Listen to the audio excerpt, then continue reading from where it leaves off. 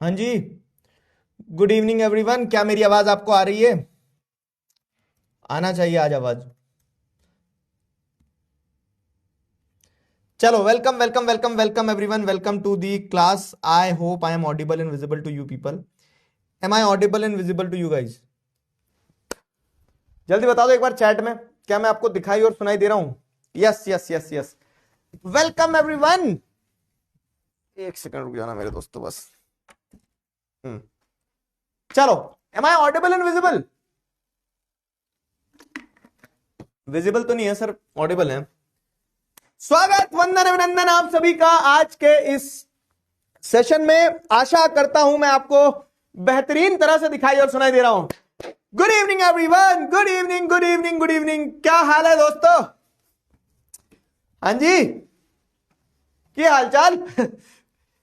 आज हमारे पास में तीसरा चैप्टर है। पावर शेयरिंग अपन कंप्लीट कर चुके हैं, डेवलपमेंट अपन कंप्लीट कर चुके हैं। आज हमारे पास में चैप्टर है resource and development. Resource and development is a lovely chapter, जिसमें आपको बहुत कुछ जानने को मिलेगा। ऐसी चीजें जो ज्योग्राफी से, मतलब ज्योग्राफी चैप्टर के स्टार्टिंग में कितने बच्चों ने, देखो कुछ बच्चे तो वो हैं जो आरंभ में थे, तो तुम्हारे लिए तो क्या है ना, ये नेट प्रैक्टिस हो गई, एक बार और अच्छे से एक बार रिवीजन हो गया। कुछ बच्चे ये हैं जो पहली बार किताब ही खोल रहे होंगे, जो इस भरोसे आए कि हाँ क्रैश कोर्स से धूम मचाएंगे। तो तुम ये बताओ ईमानदारी से कि तुमने आज तक पहले कभी चैप्टर पढ़ा है कि नहीं, ये वाला रिसोर्स एंड डेवलपमेंट वाला? फटाफट बताओ जरा तेजी से। क्यों? क्या तुम लोगों ने कभी पहले चैप्टर पढ़ा है? बताओ।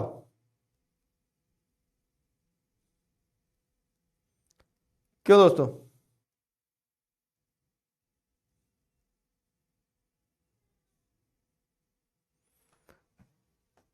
बताइए।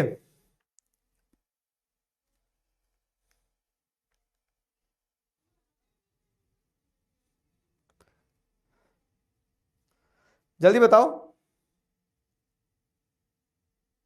पढ़ा है? हाँ, तो जो पहले पढ़ा है ना, तो आज अपन क्या करने वाले हैं, आज उस चैप्टर का हैक निकालने वाले हैं कि कौन कौन से इंपॉर्टेंट टॉपिक्स हैं, कैसे अपने को ध्यान रखना है। शॉर्ट में पढ़ेंगे, रिवाइज पूरा अच्छे से करेंगे, इंपॉर्टेंट क्वेश्चंस और कुछ एमसीक्यूज, ये सारी चीजें अपन करने वाले हैं। क्लियर? क्यों दोस्तों?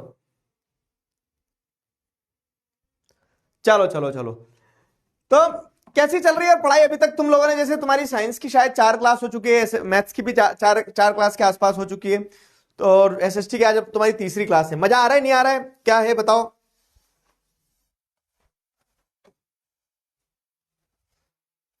वो पेन आज तक नहीं मिल पाया, पर पता है वो उस दिन घुमा तो घूम ही गया है। तुम्हारी क्लास में घुमा था, 9th की क्लास में घुमा था। ये पता नहीं किसी दूसरे बोर्ड के पेन से काम चल रहा है फिर। चलिए चैप्टर शुरू करते हैं तो फिर। रिसोर्सेज एंड डेवलपमेंट वाला जो चैप्टर है ना, ये जो चैप्टर है, इस चैप्टर की विशेषता बताता हूं मैं आपको कि सारे आ गए ना? हाँ ठीक है। फुल स्ट्रगल चल रहा है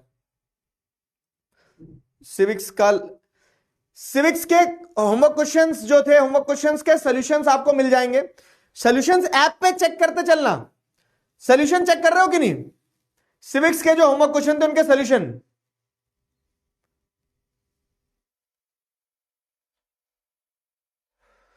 हिस्ट्री, कल हिस्ट्री का चैप्टर है ना शायद, तुम्हें वीकली वो मिल जाता है शेड्यूल तुम्हारा, वो चेक करा तुमने? कल हिस्ट्री का चैप्टर है। सिविक्स के होमवर्क क्वेश्चंस चेक कर लेना। कहां मिलेंगे होमवर्क क्वेश्चंस? देखो एक बार फिर बता दे रहा हूं, जो बच्चे कंफ्यूज्ड है, माय कोर्सेज में जाना है, तो जो तुम्हारे कोर्सेज है तुम्हें दिख जाएंगे। मेरे तो सारे कोर्सेज है ना, क्योंकि मैं सब कोर्सेज में हूं, तो तुम्हें तुम्हारा दिख जाएगा। 10th का कहां गया? 10th कहां चले गई? 9th, निर्भय निर्भय निर्भय, कॉमर्स, ह्यूमैनिटीज, अरे उरी बाबा, 10th का कोर्स कहां गया? अरे मैं क्या 10th के कोर्स से बाहर निकल गया क्या मैं? ये रहा 10th अब है। 10th अब है के कोर्स में जाओगे। अब 10th अब है के कोर्स में जाओगे, सोशल साइंस में जाओगे। सोशल साइंस खोलोगे तो जैसे वीडियो पीडीएफ से ना, तो यहाँ ये पीडीएफ वाले सेक्शन में तुम्हारा ये पीडीएफ वाला सेक्शन, पीडीएफ वाले सेक्शन में के बाद में यहाँ आंसर आएंगे। ठीक है, पीडीएफ के बाद में यहाँ आंसर आ क्यों नहीं रहा है? तुम्हारे भी नहीं आ रहा कि सिर्फ मेरे ही नहीं आ रहा है? लॉल मोमेंट हो गया। तो ये पीडीएफ के बाजू में क्या बोल सकते हैं, जो होमवर्क क्वेश्चन सोल्यूशन करके एक सेगमेंट आएगा, ठीक है, वहां पे होमवर्क क्वेश्चन सोल्यूशन तुम्हें मिलते चलेंगे, ठीक है। एक बार रुक जाओ, मैं भी बोलता हूँ, चेक करो मेरे इसमें होमवर्क क्वेश्चन सोल्यूशन नहीं दिख रहा है कि सबके इसमें नहीं दिख रहा है। यहां तुम्हें होमवर्क क्वेश्चन के सोल्यूशन मिल जाएंगे।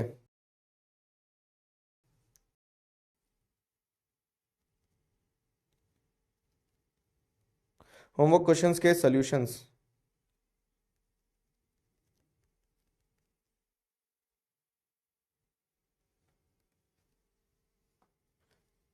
ठीक है। इसमें ना होमवर्क क्वेश्चन के सॉल्यूशंस अभी दिख नहीं रहे हैं सेगमेंट में, एक बार चेक करना वो अपलोड हुए हैं नहीं हुए हैं, क्या है, डिले मत करा करो यार, उसमें हर अगली क्लास के दिन हमारे काम का रहता है, ठीक है। चलो अभी दिखेगा। तो हमारे 2 चैप्टर हो गए, दोनों चैप्टर के मैंने तुम्हें होमवर्क क्वेश्चन दिए थे, उनके सॉल्यूशंस भी हो गए। अब आते हैं किस चीज पे, आज तीसरा चैप्टर रिसोर्सेज एंड डेवलपमेंट वाला, ठीक।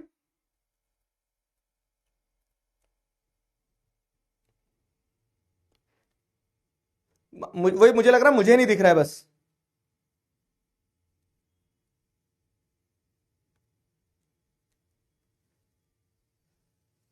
टाइम टेबल भी तुम्हें तुम्हारे कोर्स के सेक्शन में दिखेगा, वीकली टाइम टेबल, ठीक है। तुम्हारे कोर्स के सेगमेंट में दिखेगा तुम्हें वीकली टाइम टेबल भी। चलो चलो, रिसोर्सेज एंड डेवलपमेंट, अगर बात करें रिसोर्सेज एंड डेवलपमेंट की, तो बेसिकली ये चैप्टर शुरू होता है आपका कि what do understand by resource. इस चीज से क्या होता है रिसोर्स, तो हर वो चीज, हर वो मटेरियल जो हमारी नीड को सेटिस्फाई कर रहा है, ठीक है। और उसके साथ में 3 वर्ड ध्यान रखना है कि टेक्नोलॉजिकली एक्सेसिबल है, economically feasible and culturally acceptable है। तो हर वो चीज जो हमारी नीड को सेटिस्फाई कर रहा है, जो टेक्नोलॉजिकली अवेलेबल है, मतलब हमारे पास में टेक्नोलॉजी है कि हम उस रिसोर्स को एक्सट्रैक्ट कर पाए, यूज कर पाए, वो टेक्नोलॉजिकल अवेलेबिलिटी हो गई, ठीक है। दूसरा क्या है, इकोनॉमिकली फीजेबल है, मतलब कि अगर मान लो आपने 50 रुपए खर्च करके एक मिनरल की खुदाई करी, वो मिनरल निकला 5 रुपए का, तो इकोनॉमिकली फीजेबल नहीं हुआ ना आपके लिए। मतलब 50 रुपए खर्च कर रहे हो लेकिन मिल रहा है आपको 5 रुपए, तो अगर आप 50 रुपए खर्च कर रहे हो तो आपको उस पर 100 200 400 रुपए का अगर सामान निकल के आ रहा है, तब तो आप इकोनॉमिकली उसको ये बोल पाओगे ना कि फायदे का सौदा है। तो इकोनॉमिक फिजिबिलिटी होना चाहिए हर चीज की, टेक्नोलॉजिकली एक्सेसिबल होना चाहिए कि आपके पास वो टेक्नोलॉजी हो। ऐसा नहीं है कि सोना की खदान है तो सोना हाथ से ही खोदने लगे कि हाथ से पूरी मिट्टी खोद दूंगा मैं। आपके पास प्रॉपर टेक्नोलॉजी होना चाहिए कि आप उस रिसोर्स को एक्सट्रैक्ट कर पाओ, ठीक है। तो रिसोर्स क्या कहलाता है, हर वो चीज जो हमारी जरूरत पूरी कर रही है, वहां तक तो ठीक है। जो चीज हमारी जरूरत पूरी करती है, जैसे पानी हो गया, ठीक है, हवा हो गया, ये सब रिसोर्स है। तो हर वो चीज जो हमारी जरूरत पूरी कर रही है, प्रोवाइडेड टेक्नोलॉजिकली एक्सेसिबल है कि हमारे पास टेक्नोलॉजी है कि हम उसको एक्सेस कर पा रहे हैं, इकोनॉमिकली फीजेबल है, मतलब कि उतना पैसा उससे निकल के आ रहा है जितने लॉस ना हो, एंड कल्चरली एक्सेप्टेबल है। कल्चरली एक्सेप्टेबल है मतलब क्या है कि सोसाइटी भी उस चीज को रिसोर्स मानती हो। जैसे अगर सोसाइटी सोने को इंपॉर्टेंस नहीं देती है, ये वाला सोना नहीं, ये गले वाला सोना, ठीक है, तो अगर सोसाइटी जो है गोल्ड को इंपॉर्टेंस नहीं देती, तो पड़ा है गोल्ड, जैसे पत्थर पड़े वैसे गोल्ड भी पड़ा रहता है, पत्थर भी तो प्रकृति से मिल रहा है और गोल्ड भी प्रकृति से मिल रहा है, तो जैसे पत्थर पड़ा है वैसे गोल्ड को भी पड़े रहने देते अपन, लेकिन नहीं, क्योंकि कल्चर ने, सोसाइटी ने उसको इतनी एक्सेप्टेंस दी है, कल्चरली एक्सेप्टेबल है ना वो, एज अ रिसोर्स स्टैब्लिश हो चुका है, एज अ रिसोर्स स्टैब्लिश हो चुका है गोल्ड। तो कल्चरली एक्सेप्टेबल होना चाहिए कि सोसाइटी जो है, कल्चर जो है, उस चीज को रिसोर्स माने। तो ये 3 फैक्टर जब होते हैं किसी भी चीज में, तब कुछ भी चीज क्या बनती है, रिसोर्स बनती है, समझे। तब कुछ भी चीज क्या होती है, रिसोर्स बनती है। क्लियर हुआ, बताओ जल्दी एक बार। ब्रह्मास्त्र आ गया, ठीक है भाई, छाती पे ले लो ब्रह्मास्त्र एकदम से।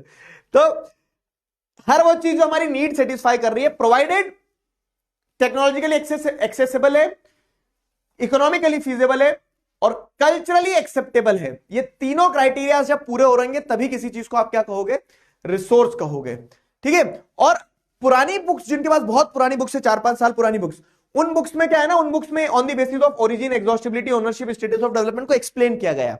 लेकिन क्योंकि नई बुक में अब एक्सप्लेन नहीं किया गया है, तो प्रीवियस ईयर क्वेश्चन में करोगे तो बहुत पुराने प्रीवियस ईयर क्वेश्चन में इनका एक्सप्लेनेशन पूछा जाता है, लेकिन अब नई एनसीईआरटी की बुक में नहीं है, तो आपको लोड नहीं लेना है।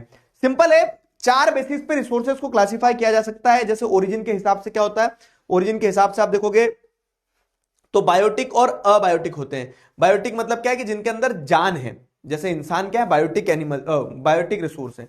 और जिनके अंदर जान नहीं लेकिन जो नेचर में है, जैसे पहाड़ हो गया, नदी हो गया, ठीक है, तो वो अबायोटिक कहलाते हैं। तो वैसे ही एग्जॉस्टिबिलिटी के हिसाब से क्या होते हैं, रिन्यूएबल और नॉन रिन्यूएबल रिसोर्सेज हो जाते हैं। ओनरशिप के हिसाब से क्या हो जाएंगे कि इंडिविजुअल के रिसोर्सेज हैं, पब्लिक के मतलब कम्युनिटी ओन रिसोर्स है, नेशनल रिसोर्स है, इंटरनेशनल रिसोर्स है, ये आ जाता है। स्टेटस ऑफ डेवलपमेंट के हिसाब से कुछ रिसोर्सेज पूरी तरह से डेवलप हो चुके हैं, कुछ पोटेंशियल रखते हैं, कुछ स्टॉक हैं, कुछ रिजर्व्स हैं। तो ऐसे करके स्टेटस ऑफ डेवलपमेंट के हिसाब से भी क्लासिफिकेशन होता है। ये क्लासिफिकेशन पुरानी बुक्स में डिटेल में दिया गया था, अब नई बुक्स में डिटेल में नहीं है, तो लेकिन है तो पढ़ने के लिए पढ़ रहे हैं अपन, ठीक है। बाकी अगर चैप्टर के शुरुआत में कुछ इंपॉर्टेंट चीज है तो वो क्या है कि हर वो चीज जो हमारी नीड को सेटिस्फाई करता है, 3 फैक्टर्स ध्यान रखना है, टेक्नोलॉजिकली एक्सेसिबल है, कल्चरली एक्सेप्टेबल है और इकोनॉमिकली फीजिबल है, तो वो रिसोर्स कहलाती है। अब देखो क्या है, ये वाला जो आपका डायग्राम है ना, ये डायग्राम और आपको चीजों की बेटर अंडरस्टैंडिंग देगा, ये वाला। तो नेचर में सारे रिसोर्स है, नेचर में सब कुछ है, नेचर में सारे रिसोर्स है, सब कुछ है। तो जैसे लेकिन अब हम देखें तो human beings are in the centre of nature, ठीक है, human beings are in the centre of nature. तो ह्यूमन बींग्स क्या करते हैं ना, टेक्नोलॉजी की मदद से नेचर के साथ इंटरैक्ट करते हैं। ह्यूमन बींग्स टेक्नोलॉजी की मदद से, जैसे ह्यूमन बींग्स के बाद में एक जेसीबी, एक कहानी सुनाता हूं, जेबीसी होता है, जेसीबी होता है, जेबीसी होता है, जेसीबी, हाँ, तो वो जो गड्ढा खोदने वाली मशीन है। तो ह्यूमन बींग्स के पास में टेक्नोलॉजी है, उस टेक्नोलॉजी की मदद से क्या करते हैं ह्यूमन बींग्स, फिजिकल एनवायरनमेंट जो है ना, नेचर जो है, जैसे मिट्टी खोदना है मान लो, तो मशीन है, उस मशीन से वो मिट्टी खोदना चालू करेंगे, उस मशीन से वो मिट्टी खोदना चालू करेंगे। तो ह्यूमन बींग्स जो है वो टेक्नोलॉजी की मदद से क्या करते हैं, नेचर के साथ इंटरैक्ट करते हैं, और उस नेचर के साथ में इंटरैक्ट करते हैं, दे क्रिएट इंस्टीट्यूशंस। इंस्टीट्यूशंस का मतलब क्या है, तो जैसे माइनिंग इंडस्ट्री बना दी ना एक पूरी की पूरी, एक माइनिंग इंस्टीट्यूट हो गया एक पूरा, कि माइनिंग में क्या हो रहा है कि हाँ टेक्नोलॉजी की मदद से नेचर से गड्ढे खोदे जाएंगे, उनमें से ओर निकलेगा, उस ओर को प्रोसेस करेंगे, ओर को प्रोसेस करने से मिनरल मिलेगा, और इस तरह से क्या होता है, इस तरह से ह्यूमन बींग्स जो है they are in the centre, they are interacting with the nature with the help of technology and creating institutions. तो ये ट्रायंगल ऐसा बनता है, समझ में आ गया। तो इंटरडिपेंडेंट रिलेशनशिप आपको देखने को मिलती है between nature, technology and institution through human beings. Human beings in सारी चीजों को कनेक्ट करते हैं। क्लियर हुआ। तो ऐसे कोई भी नेचर जो मतलब कोई भी रिसोर्स जो है वो इस्तेमाल होता है कि वो रिसोर्स नेचर में अगर है तो टेक्नोलॉजी की मदद से नेचर के साथ इंटरैक्ट किया जाएगा, and they will create institutions, ठीक, and they will create institutions. Clear हुआ, समझ में आया, बताइए। मिनरल्स मतलब आगे चैप्टर आएगा मिनरल्स एंड रिसोर्सेज, तो उसमें हम माइनिंग वगैरह के बारे में और डिटेल में पढ़ेंगे अभी। लेकिन आपको क्योंकि पहला चैप्टर आपका रिसोर्सेज एंड डेवलपमेंट है, तो उसमें आपको रिसोर्स की डेफिनेशन क्लियर होना चाहिए, कैसे इंटरडिपेंडेंट रिलेशनशिप होती है टेक्नोलॉजी, नेचर और इंस्टीट्यूशन के बीच में, वो पता होना चाहिए। और क्लासिफिकेशन की बात करें रिसोर्सेज की, तो नेचुरल होते हैं, कुछ ह्यूमन रिसोर्सेज होते हैं, लेकिन ये वाला चार्ट ऐसे इंपॉर्टेंट उतना है नहीं। बाकी आपको पता होना चाहिए कि नेचुरल रिसोर्सेज वो सारे जो नेचर में है, तो रिन्यूएबल, नॉन रिन्यूएबल, उसमें भी जैसे आप देखेंगे ये कंटिन्यूअस फ्लो वाला जो है ना, तो ये पहले एक पूरा डिटेल एक्सप्लेनेशन होता था, लेकिन अब सीबीएसई से हट चुका है वो, तो इसीलिए अपन उसमें डाइव डाउन नहीं कर रहे हैं ज्यादा। क्लियर है, क्लियर हो गया। जेसीबी होता है, गांव में जेबीसी बोलते हैं। चलो आगे अगर बढ़े, तो अब रिसोर्स तो हमने समझ लिया कि everything that satisfy our needs available in the nature, हर वो चीज जो नेचर में अवेलेबल है जो हमारी नीड सेटिस्फाई कर रहा है, प्रोवाइडेड टेक्नोलॉजिकली एक्सेसिबल है, ठीक है, मतलब उसके आपके पास में टेक्नोलॉजी के आप उसको एक्सेस कर पा रहे हो, इकोनॉमिकली फीजिबल और कल्चरली एक्सेप्टेबल है।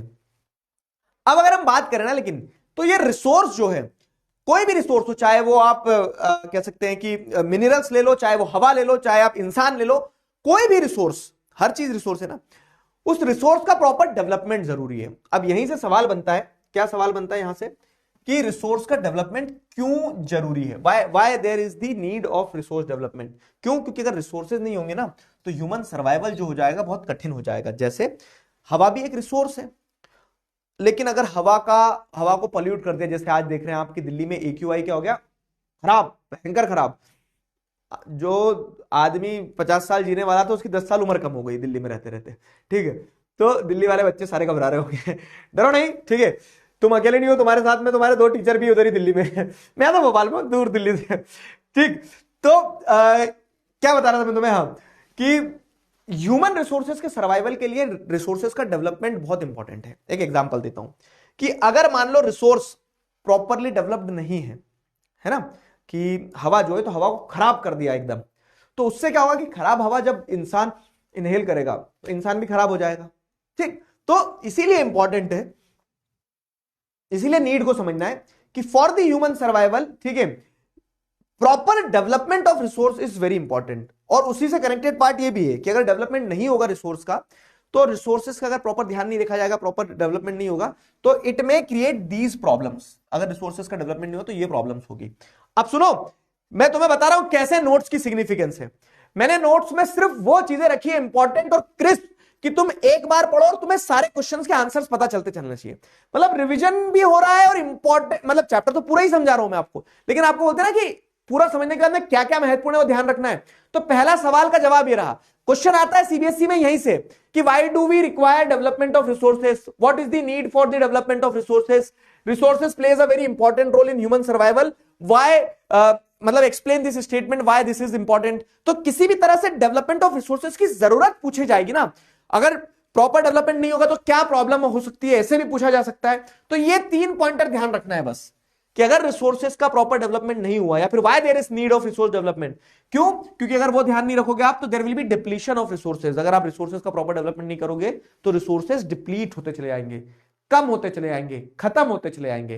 तो डिप्लीशन ऑफ रिसोर्सेज एक पॉइंट आया, ठीक है। तो इसीलिए ये पहला पॉइंट आपको समझना होगा कि डिप्लीशन ऑफ रिसोर्सेज में टेक प्लेस। अगर आप रिसोर्सेज का ध्यान नहीं दोगे तो रिसोर्सेज खत्म हो जाएंगे, डिप्लीशन ऑफ रिसोर्स होगा। दूसरा, अगर आप रिसोर्सेज का प्रॉपर डेवलपमेंट नहीं करोगे ना, तो रिसोर्सेज क्या हो जाएंगे कि जिनके पास है उनके पास तो बहुत हो जाएंगे, और जिनके पास नहीं है तो वो बेचारे वंचित रह जाएंगे। इसका एक एग्जांपल देता हूं। जैसे हमने क्या देखा कि जो शहर में वाटर डेवलपमेंट सिस्टम होता है ना, कि पानी सबके घरों तक पहुंचना चाहिए, तो अमीर लोगों ने तो क्या कर लिया, अपने घर में बोरवेल करवा ली और ये सारा सब कुछ करवा लिया, तो उनके पास में उनका पर्याप्त पानी हो गया, ठीक है, कभी भी बोरवेल चला ली, कुछ भी कर लिया और पर्याप्त पानी हो गया। लेकिन जो व्यक्ति अफोर्ड नहीं कर सकता है उसकी दिक्कत हो गई। कैसे दिक्कत हो गई उसकी? जो व्यक्ति अफोर्ड नहीं कर सकता उसकी, मतलब जिनके घर में प्राइवेट सोर्स ऑफ वाटर नहीं है, वो तो वो डिपेंडेंट होते हैं म्यूनिसिपैलिटी के ऊपर, और या फिर टैंकर आ रहा है, ये वो सारा सब कुछ होता है। तो अमीर व्यक्ति तो क्या कर रहा है कि गाड़ी भी धो रहा है, हाँ शर्मा जी, और पानी वेस्ट कर रहा है, बहा दे रहा है पूरा पानी। गरीब व्यक्ति लेकिन वही एक बाल्टी पानी को तरस जा रहा है ना।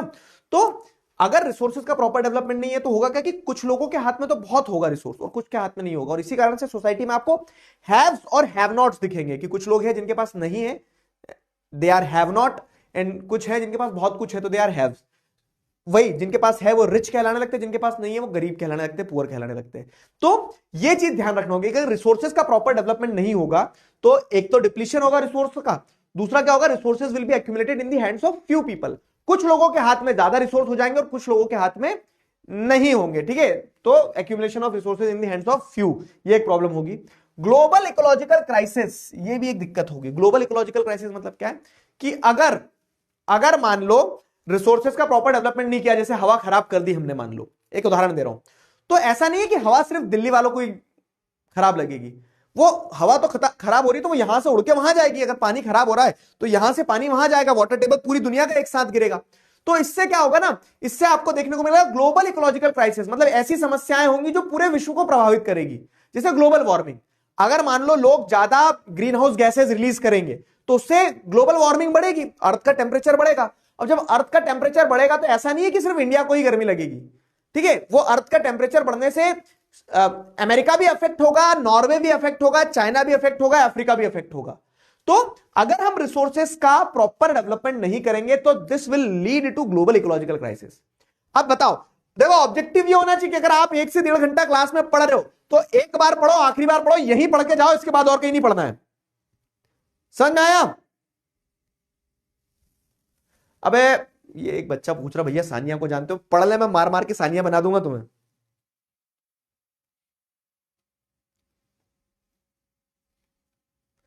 ठीक है, तो इस क्वेश्चन का आंसर कि डेवलपमेंट ऑफ रिसोर्स की जरूरत क्यों है, तो उसका आंसर ये है।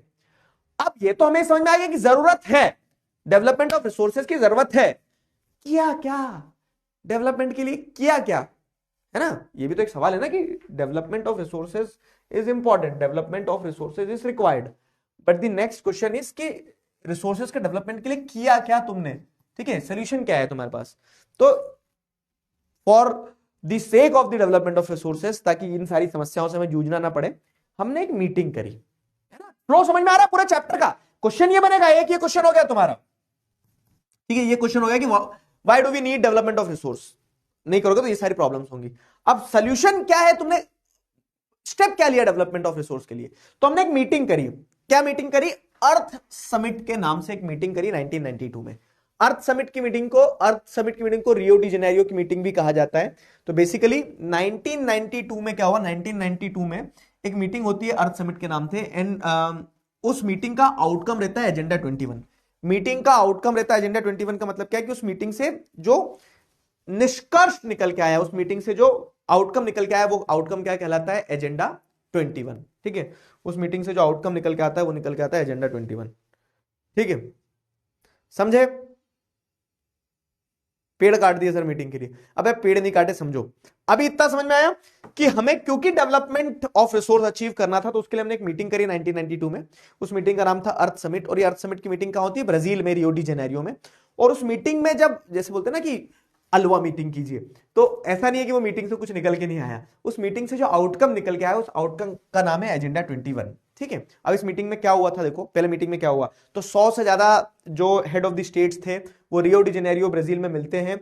और मिलते क्यों है, to address this problem of environmental protection, socio economic development at the global level, की ग्लोबल लेवल पे हम ये प्रॉब्लम को सॉर्ट कर पाए, ठीक है।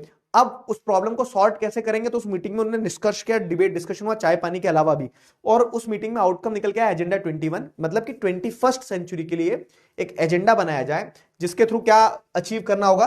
तो दी outcome of the meeting that was agenda 21, उस एजेंडा 21 में ये एम रखा गया कि we should achieve global sustainable development, ठीक है। ये टर्म अपने आप में समझने के लिए जरूरी है, सस्टेनेबल डेवलपमेंट, इसको भी समझेंगे। तो इस मीटिंग का आउटकम सस्टेनेबल डेवलपमेंट था, और उस सस्टेनेबल डेवलपमेंट को कैसे अचीव करोगे, through combating environmental damages, poverty and diseases by global cooperation. तो तीन तीन राक्षसों को खत्म करना था। इन्वायरमेंटल डैमेज को अपने को कॉम्बेट करना है, खत्म करना है, कि प्रकृति को नुकसान जो हो रहा है, गरीबी को हटाना है और बीमारियों को हटाना है। और कैसे हटाओगे, थ्रू ग्लोबल कॉपरेशन। तो सारे ग्लोबल लीडर्स बैठे थे, जब 100 से ज्यादा देशों के लीडर्स, तो उन्होंने तय किया कि आपस में अपन दोस्ती करेंगे, और दोस्ती करके क्या करेंगे, दुनिया को बचा लेंगे। एवेंजर्स बन गए, ठीक है। वो जो अलवा मीटिंग कीजिए, वो यही अप्लाई होता, कोशिश करी, चलो अच्छी बात है कोशिश करी, लेकिन उतना इफेक्टिव रहा नहीं है चीजें। आज भी हम देख रहे हैं तो इन्वायरमेंटल क्राइसिस हमें देखना पड़ रहे हैं, ठीक है, इन्वायरमेंटल क्राइसिस हम जूझ रहे हैं। खैर, अगर मैं तुम्हें यहां तक समराइज करवाऊं, तो इसमें क्या है, एजेंडा 21 पे क्वेश्चन आ जाता है। तो agenda 21 was the outcome of earth summit, जिसके चलते it was aim to achieve global sustainable development, how, through combating environmental damages, poverty and diseases by global cooperation. तो ये कहानी बनेगी, ठीक है, ये कहानी बनेगी, समझ गए। ऐसी कहानी बनना है और इस तरह से कहानी चलना है। ये हो गया। अब सस्टेनेबल डेवलपमेंट क्या है, जो एजेंडा 21 के अंदर बात की गई, वो समझते हैं। सस्टेनेबल डेवलपमेंट अपने आप में एक क्वेश्चन है कि सस्टेनेबल डेवलपमेंट क्या, ठीक, यहां तक समझ में आया, क्लियर हो गया। ए बता दो, अब्दुल अहाद आर्मियन, बेटा बताओ क्या समस्या है, मुझे किसी से कोई दिक्कत नहीं है, पढ़ाओ, तुम बताओ तो सही, मैं जो पूछ रहा हूं। शोभित भैया ही सुनाया है, अबे तुम्हें कैसे पता चला है, हैक है भाई, ये हैक।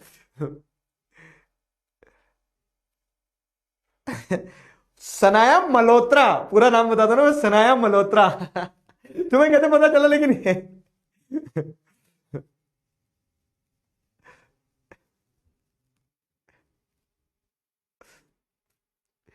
मतलब हैक निकाला लड़के ने, एक तो लड़की होना चाहिए, और दूसरा ऐसा लगना चाहिए कि कोई मॉडल वॉडल महंगी लड़की एकदम, कैसे, शनाया मल्होत्रा।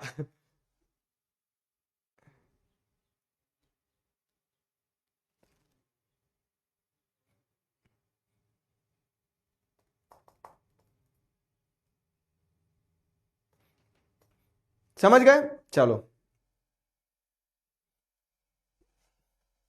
है ना? तो ये पूरा फ्लो है। तो अब जैसे अगर हम बात करें, एक टर्म निकल के आया कि एजेंडा 21 में हमें अचीव करना था सस्टेनेबल डेवलपमेंट। तो सस्टेनेबल डेवलपमेंट को, अच्छा प्रशांत भैया ने बताया, ठीक है। तो अब सवाल है कि सस्टेनेबल डेवलपमेंट को कैसे अचीव करें, how to achieve sustainable development. ठीक, तो how to achieve sustainable development में ये कहानी है, ध्यान रखना। How to achieve sustainable development में ये कहानी है कि सस्टेनेबल डेवलपमेंट है क्या बेसिकली। तो sustainable economic development means growing today without harming the environment और reducing resources needed by the future generation. Simple शब्दों में अगर मैं बताऊं तो इस तरीके से विकास करना कि हमारी आज की नीड्स पूरी हो जाए, ठीक है। तो development should take in a development should take place in a way that our present needs are satisfied without compromising with the needs of future generation। ठीक है, हमारी आज की सारी जरूरतें पूरी हो जाए और भविष्य में आने वाली जो फ्यूचर नीड्स हैं वो किसी भी तरह से अफेक्ट ना हो, वो किसी भी तरह से हर्ट ना हो, उस पर किसी भी तरह का वो ना हो, क्या बोल सकते हैं ना, इंपैक्ट ना पड़े। ये होता है सस्टेनेबल डेवलपमेंट। समझ गए? सस्टेनेबल डेवलपमेंट समझ में आया? जल्दी बताओ, is that clear? Sustainable development कि ग्रोइंग या फिर development in a way that present needs are satisfied without harming the needs of future generation. Which among the following statement is true about agenda 21? तो जैसे मैंने बताया कि agenda 21 वगैरह पे क्वेश्चन बनते हैं, तो कौन सा स्टेटमेंट सही है? Promote global military cooperation, plan to achieve global sustainable development, it was signed by 2001, it focuses only on protecting forest. Clear हुआ? बताओ।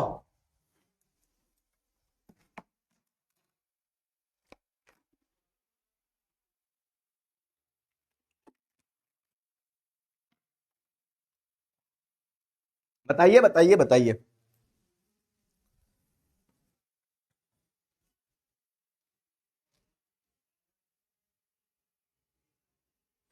यार देखो, बैकलॉग मत बनने बनने दो, बस पोल में दो आंसर बेटा, पोल में सब कर लेना दुनिया की सारी चीजें, लेकिन बैकलॉग मत बनने देना। बैकलॉग बन गए बहुत मारूंगा मैं तुम्हें, हम क्योंकि ये ऑब्जेक्टिव है इसका कि एकदम फ्रेश शुरुआत कर रहे हैं, 45 दिन के अंदर सब कुछ अच्छे से पढ़ेंगे, और तुम इसमें भी बैकलॉग बना लगे तो एक तो पुराने बैकलॉग का सिरदर्द, दुख, और ये नए बैकलॉग और बना के बैठ गए।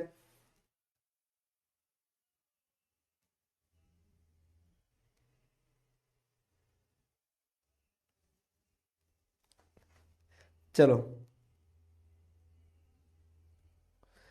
3 2 1, time up time up time up. 82% बच्चों ने सही आंसर दिया है, क्या बात है, दिल खुश कर दिए, वाह यार।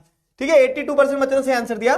तो it is a plan to achieve global sustainable development. ठीक है, क्या है एजेंडा 21? ग्लोबल सस्टेनेबल डेवलपमेंट को अचीव करने का एक प्लान है। ठीक है, आ जाओ, अब आते हैं। अब देखो, हमने ये देख लिया, एक बार रिकैप करवा रहा हूं। रिसोर्स क्या है? डेवलपमेंट ऑफ रिसोर्स इंपॉर्टेंट है क्योंकि उससे समस्याएं होंगी, क्या डिप्लीशन हो जाएगा रिसोर्सेज का, सोसाइटी हैव नॉट्स में, हैव्स और हैव नॉट्स में डिवाइड हो जाएगी, रिच एंड पुअर में, ग्लोबल इकोलॉजिकल क्राइसिस होंगे। तो हमने क्या किया उसके डेवलपमेंट के लिए, रिसोर्स के?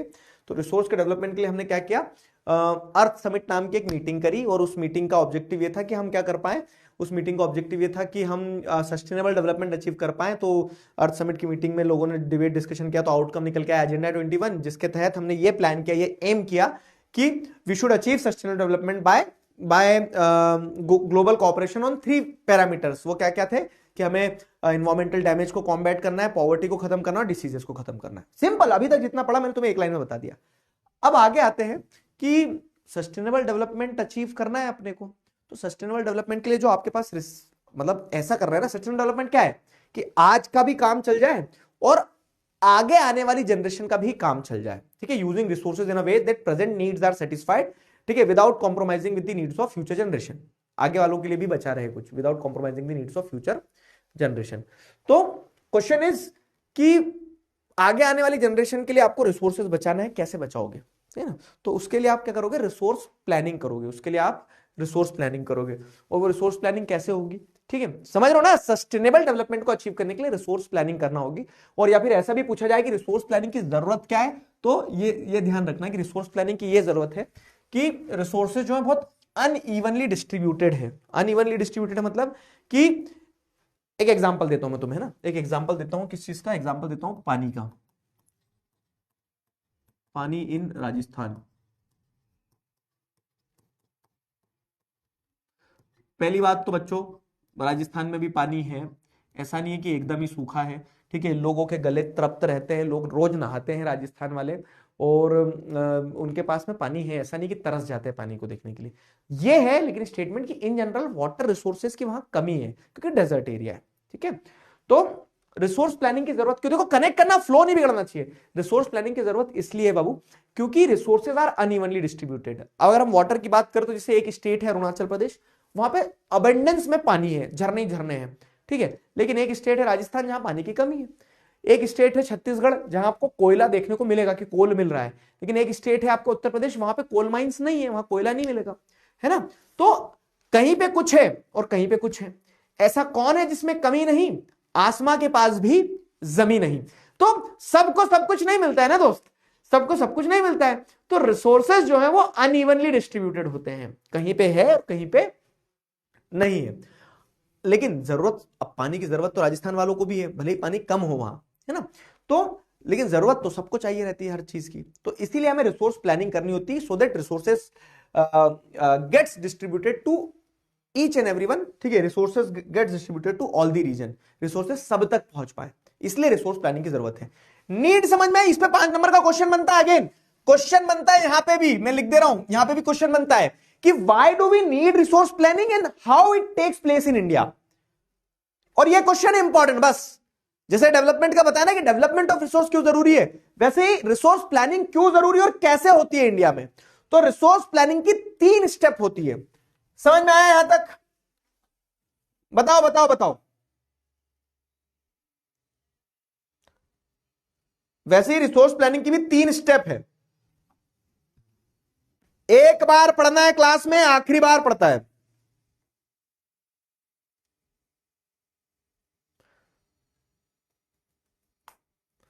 वहां जाते जाते ही सूख जाता है सर पानी, तभी तो कमी होती है।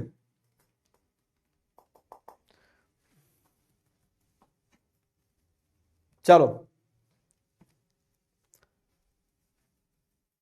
क्लियर है ना, वेरी गुड यार, तुम तो मेरे प्यारे बच्चे, लाओ तुम्हें गुलगुलू कर दूं मैं, लल्लू मेरे, ठीक है। अब देखो क्या है, तो अब जैसे अगर अपन यहां देखें तो how it takes place in India, तो इंडिया में रिसोर्स प्लानिंग कैसे होती है, तो इंडिया में 3 स्टेप रिसोर्स प्लानिंग है। सवाल बहरूपिया होता है मेरे दोस्त, ठीक है, मतलब वो अलग अलग रूप में आ सकता है, तो अलग अलग तरह से पूछा जा सकता है। जैसे ऐसे पूछ ले कि 3 स्टेप रिसोर्स प्लानिंग क्या है, why do we need resource planning and how it takes place in India, तो किसी भी रूप में पूछ ले आंसर तो यही जाएगा। तो 3 स्टेप क्या है कि सबसे पहला तो आइडेंटिफिकेशन ऑफ रिसोर्सेज, क्या आप रिसोर्सेज को देखोगे कि कहां हो, कितना हो। तो पहली स्टेप रिसोर्स प्लानिंग की ये है कि आप आइडेंटिफाई करते हो रिसोर्सेज को, वेयर आर दी रिसोर्सेज। पहला स्टेप यही है कि आइडेंटिफिकेशन ऑफ रिसोर्सेज, ठीक है, पहला स्टेप है आइडेंटिफिकेशन ऑफ रिसोर्सेज। तो रिसोर्सेज का आइडेंटिफिकेशन आपका पहला स्टेप हो गया, ठीक है। दूसरा स्टेप क्या है, दूसरा स्टेप है आपका इवॉल्विंग अ प्रॉपर, हाँ आइडेंटिफिकेशन में ये देखते हैं आपकी कितनी क्वालिटी में है, कितनी क्वांटिटी में है, तो क्वांटिटेटिव क्वालिटेटिव एस्टिमेशन लगाया जाता है, कितनी क्वांटिटी में रिसोर्स है, कहां है, किस क्वालिटी का है, तो वो आपने आइडेंटिफाई कर लिया रिसोर्स। आइडेंटिफिकेशन ऑफ रिसोर्स के बाद में दूसरा क्या है, evolving a planning structure to use them, दूसरा है evolving a planning structure to use them. तो आप दूसरी चीज आप ये कर रहे हो कि आप एक प्रॉपर प्लान बना रहे हो, एक प्लानिंग स्ट्रक्चर क्रिएट कर रहे हो कि उन रिसोर्सेज को यूज कैसे किया जाए, ठीक है। Evolving a planning structure to use them, कि रिसोर्सेज को यूज कैसे किया जाए, है ना, कि आप कौन सी मशीन लगाओगे, कौन सी टेक्नोलॉजी लगाओगे। तो इसमें आप पूरा टेक्नोलॉजिकल नो हाउ लगा रहे हैं, मतलब सिंपल चीज है कि आपको एक, अगर मान लो क्या करना है, काम करना है, ठीक है, आपको एक गड्ढा खोदना है और गड्ढा खोद के क्या करना है, वहां से जो सामान निकलेगा वो सामान अपनी फैमिली के लिए यूज करना है। तो सबसे पहले तो आप ये देखेंगे कि आप आइडेंटिफाई करोगे गड्ढा कहां खोदूं, कितना गहरा खोदना है, कैसे खोदना है, ये वो है ना। तो आइडेंटिफाई कर लिया आपने रिसोर्स को कि आपको ये गड्ढा खोदना है। फिर क्या है, अब आप इवॉल्व करोगे planning structure to go through that process, तो अब रिसोर्सेज का डेवलपमेंट करना है, उसकी प्लानिंग करना है, तो अब एक पूरी प्लानिंग करोगे कि गड्ढा कैसे खोदूंगा मैं, फिर ठीक है, मशीन कौन सी लगेगी वो। तो इवॉल्विंग अ प्लानिंग स्ट्रक्चर में आप टेक्नोलॉजिकल नो हाउ लेते हैं कि हाँ कैसे काम करना है। और तीसरा क्या है कि जब आपने गड्ढा खोद लिया, वहां से जो सामान मिलना था आपको मिल गया, ठीक है, वैसे ही जैसे आपने रिसोर्सेज को एक्सट्रैक्ट कर लिया। अब एक्सट्रैक्ट करने के बाद में ऐसा नहीं कि रिसोर्सेज अगर कोयला आपको छत्तीसगढ़ में मिल रहा तो सिर्फ छत्तीसगढ़ में इस्तेमाल करना है, कोयले की जरूरत तो पूरे देश को है ना। तो matching the resource developmental plan with the national developmental plan, ठीक है, मतलब अगर मान लो कोई चीज यहां मिली है तो उसकी जरूरत पूरे देश में है, तो आप कैसे पूरे देश में उस प्रोडक्ट को पहुंचाओगे, है ना। मतलब उस रिसोर्स का development should match with the national development, पूरी कंट्री के डेवलपमेंट में वो योगदान दे पाए। ठीक है, तो सबसे पहला आइडेंटिफिकेशन ऑफ रिसोर्स, दूसरा रिसोर्स की प्लानिंग करना है आपको, आप टेक्नोलॉजिकल नो हाउ निकालेंगे, क्या है कितना है कैसे निकालना है, मतलब क्या है कितना है तो आइडेंटिफिकेशन में आ गया, कैसे यूज करना है उसको, ठीक है, कैसे प्लान करना है कि रिसोर्स को एक्सट्रैक्ट करें, और तीसरा matching with the national developmental plan. ये 3 स्टेप होती है, क्लियर हुआ? 3 स्टेप रिसोर्स डेवलपमेंटल प्लान होता है। अब इन 3 स्टेप के हिसाब से अगर आगे बढ़े तो हमें यह तो समझ में आ गया कि रिसोर्स जरूरी है, रिसोर्स प्लानिंग क्यों जरूरी है, रिसोर्स प्लानिंग इंडिया में कैसे होती है। लेकिन इस रिसोर्स प्लानिंग के अलावा हमें यह भी समझना होगा क्या, कि आज के समय में जैसे अगर आप देखेंगे, ठीक है, आज के समय में जैसे अगर आप देखेंगे तो रिसोर्सेज का ओवर यूज हो रहा है, और उस कारण से क्या होता है, उस कारण से सोशल इकोनॉमिक लेवल पे और इन्वायरमेंटल लेवल पे आपको प्रॉब्लम्स देखने को मिल रही है। ठीक है, हमने जैसे देखा भी कि सोसाइटी में जब रिसोर्सेज का प्रॉपर डेवलपमेंट नहीं होगा तो सोसाइटी हैव्स हैव नॉट्स में डिवाइड हो जाएगी, रिसोर्सेज एक दिन खत्म हो जाएंगे। तो कंजर्वेशन ऑफ रिसोर्स यहां पे वही बताता है कि अलार्म बज गया है कि भाई साहब जाग जाओ, क्योंकि रिसोर्सेज का क्या हो रहा है, डिप्लीशन हो रहा है, रिसोर्सेज खत्म हो रहे हैं, है ना, रिसोर्सेज का डिप्लीशन हो रहा है। तो रिसोर्सेज का कंजर्वेशन बहुत ज्यादा जरूरी है, और इसी कंजर्वेशन के लिए जैसे आप देखेंगे तो महात्मा गांधी ने एक स्टेटमेंट दिया था क्या, कि we have enough for our needs but not for our greeds, मतलब हमें हमारी जरूरत पूरी करने के लिए पर्याप्त दिया है प्रकृति ने, लेकिन अगर हम लालच पे उतर आए ना तो हमारी लालच कभी पूरी नहीं होगी। तो ये आइडिया कंजर्वेशन का मतलब उसको बेसिस देता है। जैसे क्या हुआ था यहाँ पे, एक पॉइंट जो है वो मैं तुम्हें मिसिंग है जो बताता हूँ, मिसिंग नहीं है, पॉइंट में लिखा हुआ है। जैसे क्या होता है ना, Mahatma Gandhi blamed greedy and modern technology for resource depletion and he supported the production by the masses rather than mass production. कि पहले क्या हुआ, जो ब्रिटिशर्स थे जब इंडिया आए ना तो देवर टेक्नोलॉजिकली सुपीरियर, उनके पास में टेक्नोलॉजी थी। अब अगर मेरे पास में टेक्नोलॉजी है, जैसे मैं अगर हाथ से मान लो क्या है कि फल तोड़ रहा था, तो 2 फल 10 फल 20 फल तोड़ूंगा, जितने मेरे हाथ हैं उतने तोड़ पाऊंगा। लेकिन टेक्नोलॉजी मिल गई कि मैंने पेड़ ही काट दिया, पेड़ काट के पूरे फल एक साथ निकाल लिए एक ही बार में। तो ब्रिटिशर्स ने वही किया कि वो टेक्नोलॉजिकली सुपीरियर थे, इंडिया में आए, देखा कि यार इनके पास तो बहुत रिसोर्स है, तो उन्होंने बहुत ज्यादा एक्सप्लॉयटेशन किया, और उस एक्सप्लॉयटेशन के कारण क्या, रिसोर्सेज का ओवर यूज हुआ, जिससे सोशो इकोनॉमिक और इन्वायरमेंटल प्रॉब्लम्स आई। अब ये सोशो इकोनॉमिक इन्वायरमेंटल प्रॉब्लम्स के कारण क्या हुआ, इन प्रॉब्लम्स के चलते आपको देखने को मिला कि रिसोर्सेज का डिप्लीशन हुआ, और इसीलिए हमें कंजर्वेशन की नीड जागी कि हमें रिसोर्सेज का कंजर्वेशन करना है। ठीक है, इसीलिए हमें रिसोर्सेज का कंजर्वेशन करना है। लेकिन अब कंजर्वेशन का आइडिया जो है तो महात्मा गांधी ने जो दिया है वो ये है कि रिसोर्सेज का कंजर्वेशन ऐसे हो कि मास प्रोडक्शन ना हो, कि खूब सारा प्रोड्यूस मत करो। ठीक है, it should be produced by masses, जनता अपनी जरूरत के हिसाब से खुद प्रोड्यूस करे। और महात्मा गांधी के यही कंजर्वेशन के आइडिया को जैसे आप देखोगे तो ग्लोबल लेवल पे क्या किया है, रिकॉग्नाइज किया। तो क्लब ऑफ रोम, ठीक है, तो क्लब ऑफ रोम एक ग्रुप था, तो उन्होंने क्या किया, उन्होंने कंजर्वेशन के महात्मा गांधी के इस आइडिया को पहली बार ग्लोबल लेवल पे डिस्कस किया। ठीक है, सेमेचर की रिपोर्ट जो आई थी 1974 में, उनमें उसमें उन्हें स्मॉल इज ब्यूटीफुल, ठीक है, इस बुक के अंदर उन्होंने क्या किया, गांधीयन आइडिया को हाईलाइट किया। ब्रटलैंड रिपोर्ट की जो कमीशन है, ये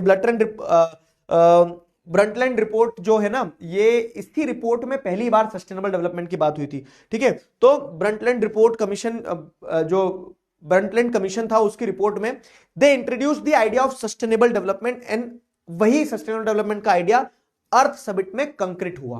ठीक है, अर्थ समिट में उस आइडिया को क्या किया गया, एक तरह से फाइनलाइज किया गया। ठीक है, तो ये एक मेजर स्टेप थी towards the conservation of resource, क्योंकि हमें समझ में आया कि रिसोर्सेज का कंजर्वेशन इंपॉर्टेंट है। ठीक है, ये मैं सारे डेटा यहां पे शॉर्ट में क्यों लिख दिए, अगर इनकेस ऑब्जेक्टिव क्वेश्चन आता है तो आपसे बन जाएगा। ठीक है, थ्योरी पे ये क्वेश्चन इंपॉर्टेंट है, रिसोर्स प्लानिंग की नीड क्या है और कैसे की जाती है इंडिया में, ध्यान रहेगा। बताओ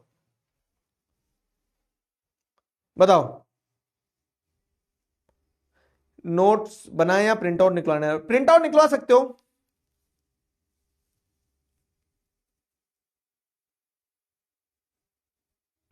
है ना।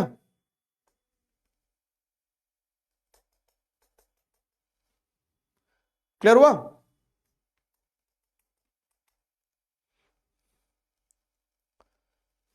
चलो भाई,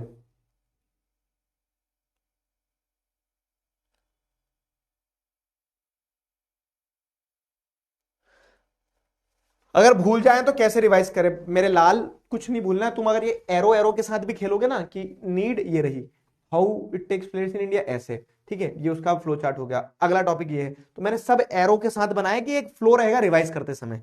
ठीक है, आ जाओ। अब जैसे अगर अपन देखें तो हमने रिसोर्स डेवलपमेंट, रिसोर्स प्लानिंग, उसकी कंजर्वेशन, ये सब समझ लिया। अब दो रिसोर्स के बारे में आपको बताया गया है इस चैप्टर में। एक रिसोर्स है आपका लैंड और दूसरा रिसोर्स है आपकी सॉइल। तो लैंड एज अ रिसोर्स के बारे में बात करते हैं। लैंड रिसोर्स है क्या हमारे लिए, बताओ what do you guys think, how land can be a resource for us? Land हमारे लिए रिसोर्स कैसे है, बताओ जरा, क्या लगता है तुम्हें? लैंड हमारे लिए रिसोर्स कैसे है, बताओ। वाई डू यू थिंक कि land is a resource for us? तुम्हें ऐसा क्यों लगता है कि लैंड हमारे लिए रिसोर्स है, बताइए।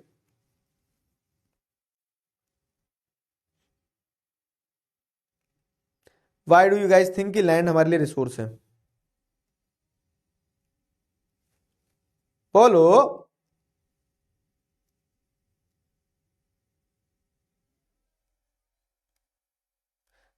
पोल आएगा ना बेटा, अभी पोल का रिजल्ट भी बताऊंगा। सरफेस एरिया देती है। ज्यादा मैथ्स पढ़ रहे हो क्या? Generate income by agriculture because land is useful for agriculture. अच्छा, फिर सॉइल में क्या करते हो? आपने कहा तो होगी ही ना सर, क्योंकि ये पैसे से बिकती है। वाह वाह वाह, ये सतरंगी आंसर आ रहे हैं, सतरंगी। Lot of things from land. अच्छा, production agro material, okay. All और activities takes place on land, बहुत ही बढ़िया। बिकॉज इट प्रोवाइड्स क्रॉप, खेती खेती खेती लिख रहे हैं। अगर जमीन नहीं होती ना, खड़े कहां होते ये बताओ? पंछी बनू, उड़ता फिरू मस्त गगन में। उड़ तो सकते नहीं हो तुम, और ऐसा भी नहीं कि तुम एक्वामैन हो कि पानी के अंदर रह लेते हैं। जमीन जो है, तो जमीन आधार है भाई साहब। अगर धरती ना होती, ये धरती मेरी माँ है, ठीक है, अगर जमीन नहीं होती ना तो इंसान का सर्वाइवल कठिन हो जाता। तो land gives you the base, ठीक है, उसी के ऊपर सारी चीजें होती है। तो बेसिकली लैंड क्या है कि इन जनरल जो जमीन है, ठीक है, तो India is a varied relief feature with different uses, plains, plateau, mountain. तो जैसे लैंड जो है, तो लैंड अलग अलग तरह से आपको देखने को मिल जाएगी कि लैंड पे ही माउंटेन है तो वो लैंड का हिस्सा इज माउंटेन। लैंड पे ही प्लेटू है, ठीक है, प्लेटू बने हुए। प्लेटू क्या होता है पता है ना, ज्योग्राफी में 9th में पढ़ा था। 9th ही नहीं पढ़े सारा बच्चे से बस। तो जैसे जो मेन जो सरफेस एरिया उससे उठा हुआ और फ्लैट एरिया जो रहता है तो इसको प्लेटू कहा जाता है। तो जैसे डेक्कन प्लेटू वगैरह है, तो प्लेटू भी क्या है, लैंड का ही पार्ट है।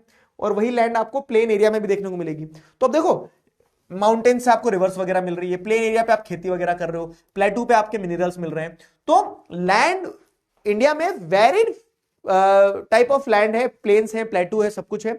और ये जो अलग अलग प्रकार की जमीन है, ये अलग अलग प्रकार की जमीन का अपने आप में एक महत्व है, ठीक है, अपने आप में एक महत्व है कि जमीन जो अलग अलग प्रकार की जमीन है इसके अलग अलग यूजेस हैं, ठीक है। तो अब इंडिया में लैंड यूज कैसे होता है वो समझेंगे, और उसके पहले ये देखेंगे कि लैंड का यूटिलाइजेशन। देखो एरो ऐसे चल रहे हैं ना, तो लैंड एक इंपॉर्टेंट रिसोर्स है।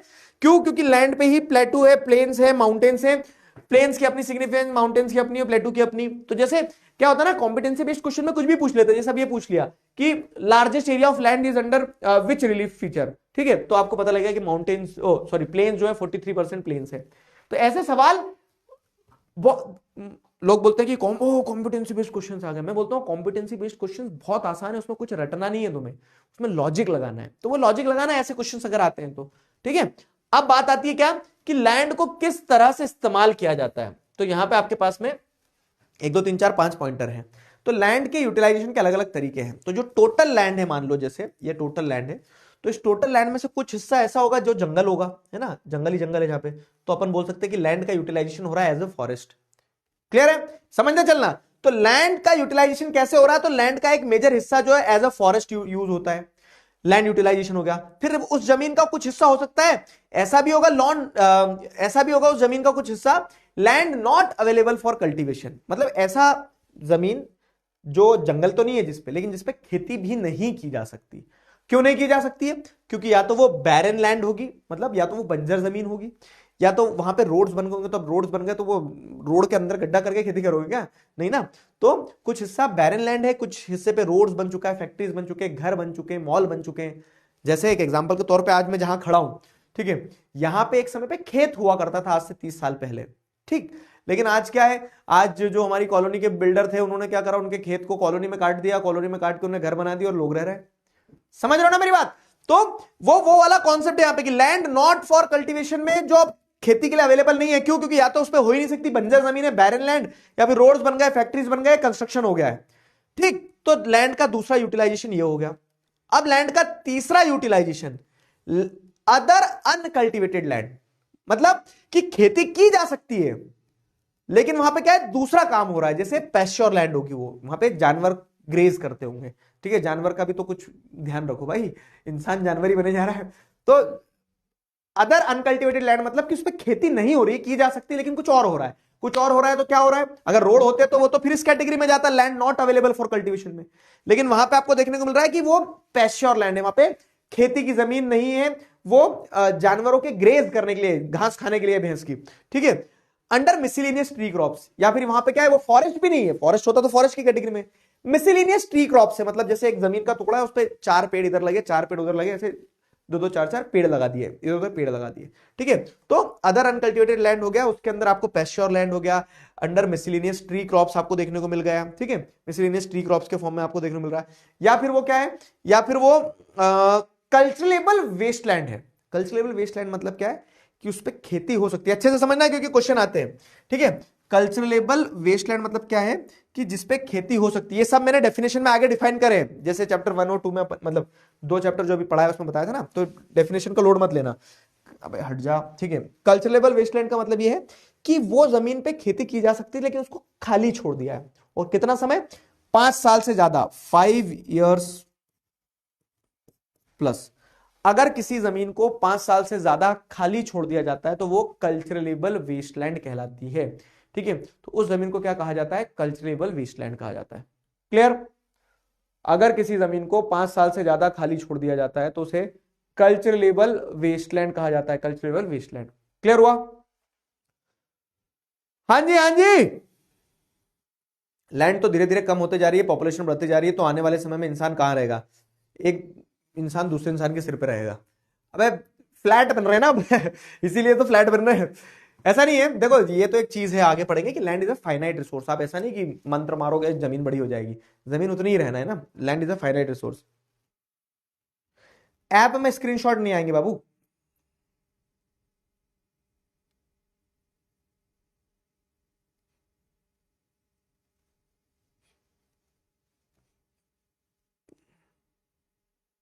पानी के नीचे जमीन है, ये बात भी सही है। तो अगर जमीन नहीं होती तो पानी भी नहीं होता, पाताल में चले जाता ना पानी।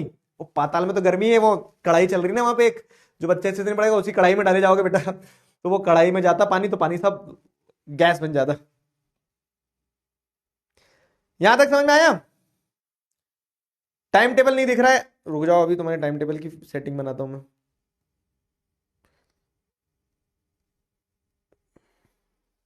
यार भुवन, 10वीं क्लास के बच्चे तुमसे बहुत नाराज है, तुमने टाइम टेबल भी नहीं डाला, ये बोल रहे हैं कि टाइम टेबल भी नहीं दिख रहा है अगले हफ्ते का। तो टाइम टेबल और डाल दो, और ये वाला नोट्स वाला एक बार चेक करता हूं मैं।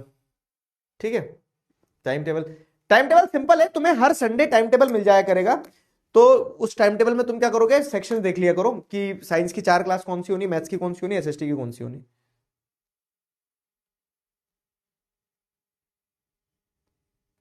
चलो, राधिका की मम्मी का नाम बता दूं क्या? किसी को बताना मत, राधिका की मम्मी। चलो, तो ये अपन ने समझ लिया कि हाँ, टोटल लैंड थी तो कुछ फॉरेस्ट है, कुछ land for not available for cultivation है, कुछ अदर अनकल्टिवेटेड लैंड कहलाएगी, जिसमें वो पैस्चर लैंड हो सकती है, मिसलिनियस ट्री क्रॉप्स हो सकती है, कल्चरल वेस्ट लैंड हो सकती है। अब बात करते हैं कल्टीवेबल लैंड पे, जिन पे खेती हो रही है। तो उसमें भी क्या है ना, फेलो लैंड एक होती है। फेलो लैंड मतलब कि वो जमीन जिसको खाली छोड़ा जा रहा है। अगर मान लो 1 से 5 साल के अंदर खाली छोड़ा है तो ये अदर देन करंट फेलो है। और अगर 1 साल के लिए ही खाली छोड़ा गया, 1 साल से कम, तो वो करंट फेलो होती है। फेलो लैंड मतलब खाली छोड़ देना। तो फेलो लैंड में भी 2 टाइप होते हैं, एक करंट फेलो मतलब जो 1 साल से कम के लिए खाली छोड़ी गई है, और जो 1 साल से 5 साल के बीच के लिए खाली छोड़ी गई है उसको अदर देन करंट फेलो। अगर 5 साल से ज्यादा खाली छोड़ दी तो क्या बोलेंगे बताओ जरा चैट में। 5 साल से अगर ज्यादा खाली छोड़ दी तो उसको क्या बोलेंगे चैट में बताओ।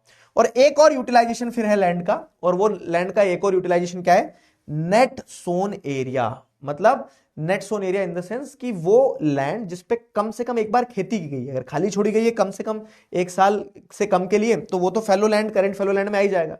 लेकिन अगर एक बार भी खेती कर दी ना उस जमीन पे, तो वो नेट सोन एरिया पे आ जाएगा, मतलब खेती वाली जमीन, नेट सोन एरिया। तो ये लैंड का यूटिलाइजेशन है, लैंड इस तरह से यूटिलाइज हो रही है। लैंड यूटिलाइजेशन समझ में आया? इन जनरल ये कहीं भी, चाहे अमेरिका की जमीन हो, चाहे इंडिया की जमीन हो, चाहे चाइना की जमीन हो, हर जगह जमीन का यूटिलाइजेशन ऐसे ही होता है, या तो फॉरेस्ट होगा, या तो वो अवेलेबल नहीं होगी कल्टीवेशन के लिए, या फिर अनकल्टिवेटेड लैंड होगी, या फिर क्या होगी, फेलो लैंड होगी, या फिर नेट सोन एरिया होगा। कल्चरलेबल वेस्ट लैंड, वेरी गुड यार, वेरी गुड।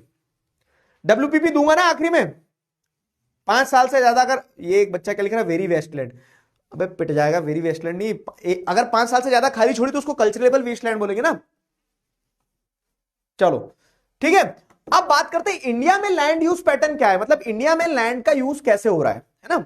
इंडिया में लैंड यूज पैटर्न क्या है, तो देखो land use pattern depends on the physical factor कि कहां की जमीन है। माउंटेन की जमीन है तो उसमें आप कुछ इस्तेमाल नहीं कर सकते, वहां सिर्फ ट्रैकिंग होती है, ठीक है। लेकिन प्लेन एरिया है तो प्लेन एरिया पे खेती भी होती है, फैक्ट्री भी लगती है, घर भी बनते हैं, ठीक है। तो लैंड यूज पैटर्न इंडिया में कैसा है वो डिपेंड करेगा, वहां आप मतलब फिजिकल फैक्टर्स को देखोगे, वहां का climate, soil, topography, human factor, वहां पॉपुलेशन कितनी है, कल्चर क्या है, ये वो सारी चीजें।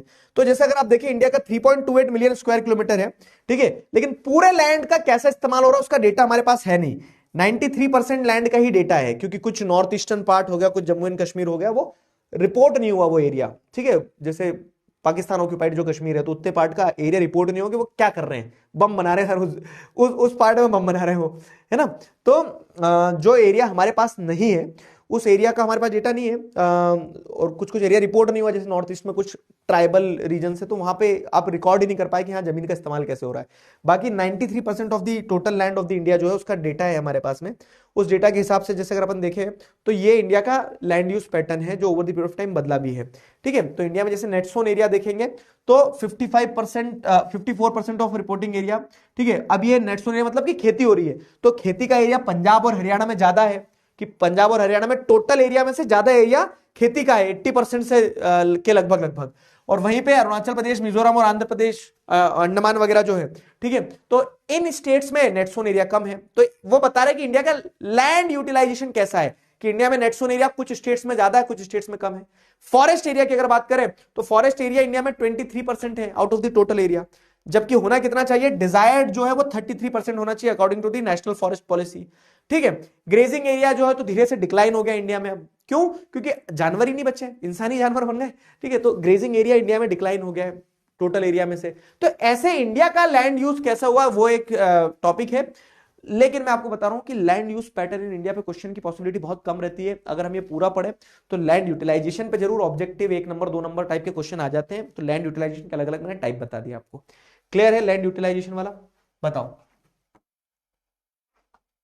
जल्दी बताओ। हाँ रिप्लाई करूंगा बेटा, पहले तुम ये तो बता दो। नोट्स डाउनलोड हो जाते ना? ठंड नहीं लग रही? अरे चलो जाओ, ऐसी ठंड क्या ठंड अंदर क्या होता है ना, अंदर लाइट चलते हैं तो इन लाइट्स में गर्मी उत्पन्न होती है। Net sown area sown at least once in an agriculture year. तो मतलब जैसे क्या है ना कि एक जमीन का टुकड़ा अगर उस पर खेती नहीं हो रही तो वो तो फैलो लैंड में चले जाएगा, लेकिन अगर आपने एक बार भी खेती कर दी तो जितने एरिया पे खेती करी उसको नेट सोन एरिया का पार्ट माना जाता है, ठीक है।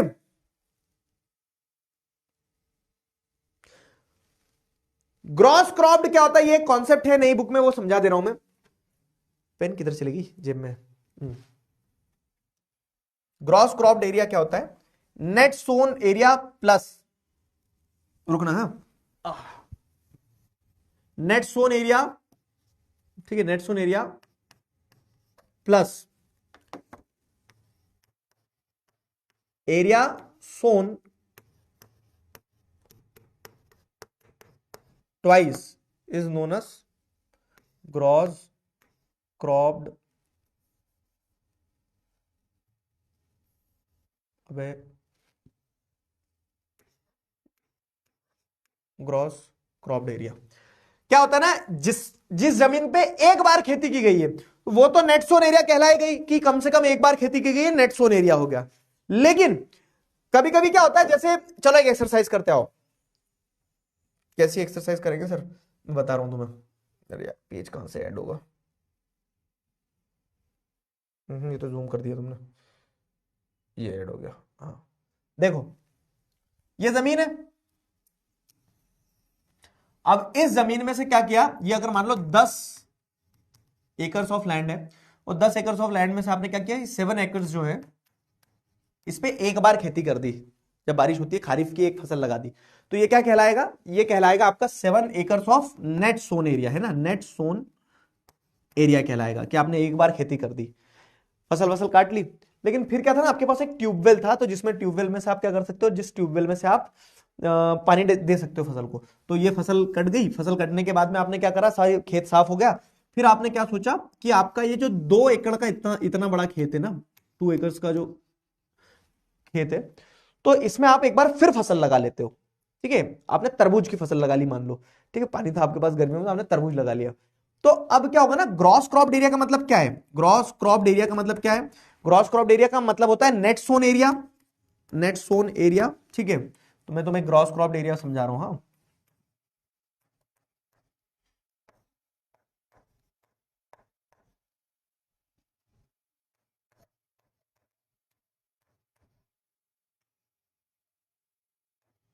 तो ग्रॉस क्रॉप्ड एरिया का मतलब क्या होता है, net sown area plus plus area sown twice या मोर देन वंस, है ना, ट्वाइस कह लो या फिर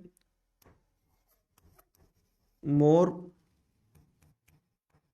देन वंस।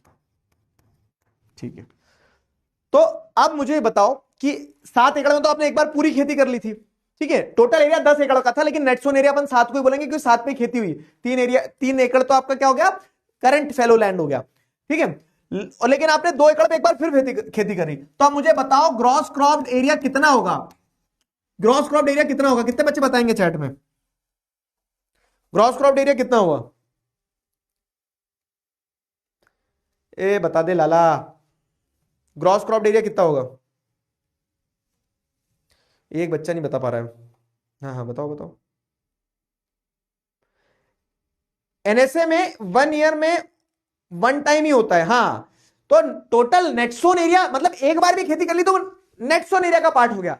लेकिन अगर मल्टीपल टाइम्स खेती कर रहे हो तो वो नेटसोन एरिया प्लस एरिया सोन मोर देन वंस या फिर एरिया सोन ट्वाइस, कभी कभी थ्राइस भी होती, 3 फसल भी होती कभी कभी। देख देख गधे बच्चे हैं, 7 एकड़ का पहले था और 2 एकड़ का बाद में, तो 7 और 2 9 होता है ना, 12 कहां से लगा रहे हो गणित। अरे ग्रॉस क्रॉप्ड एरिया में नेट सोन एरिया, तो नेट सोन एरिया 7 एकड़ था, 7 प्लस एरिया सोन मोर देन वंस या ट्वाइस, तो 2 एकड़ को 2 बार आपने कर दिया, मतलब 2 एकड़ पे आपने क्या करा, एक बार फिर खेती कर ली, तो 7 और 2 9। 99 जो लिख रहा है ना, सुन मेरी बात ऐसा मारूंगा चमगादड़ बना दूंगा। समझ में आया, गणित से थोड़ा सा कमजोर हो गया गणित में मेरी तरह ये तो सिंपल था ना, लेकिन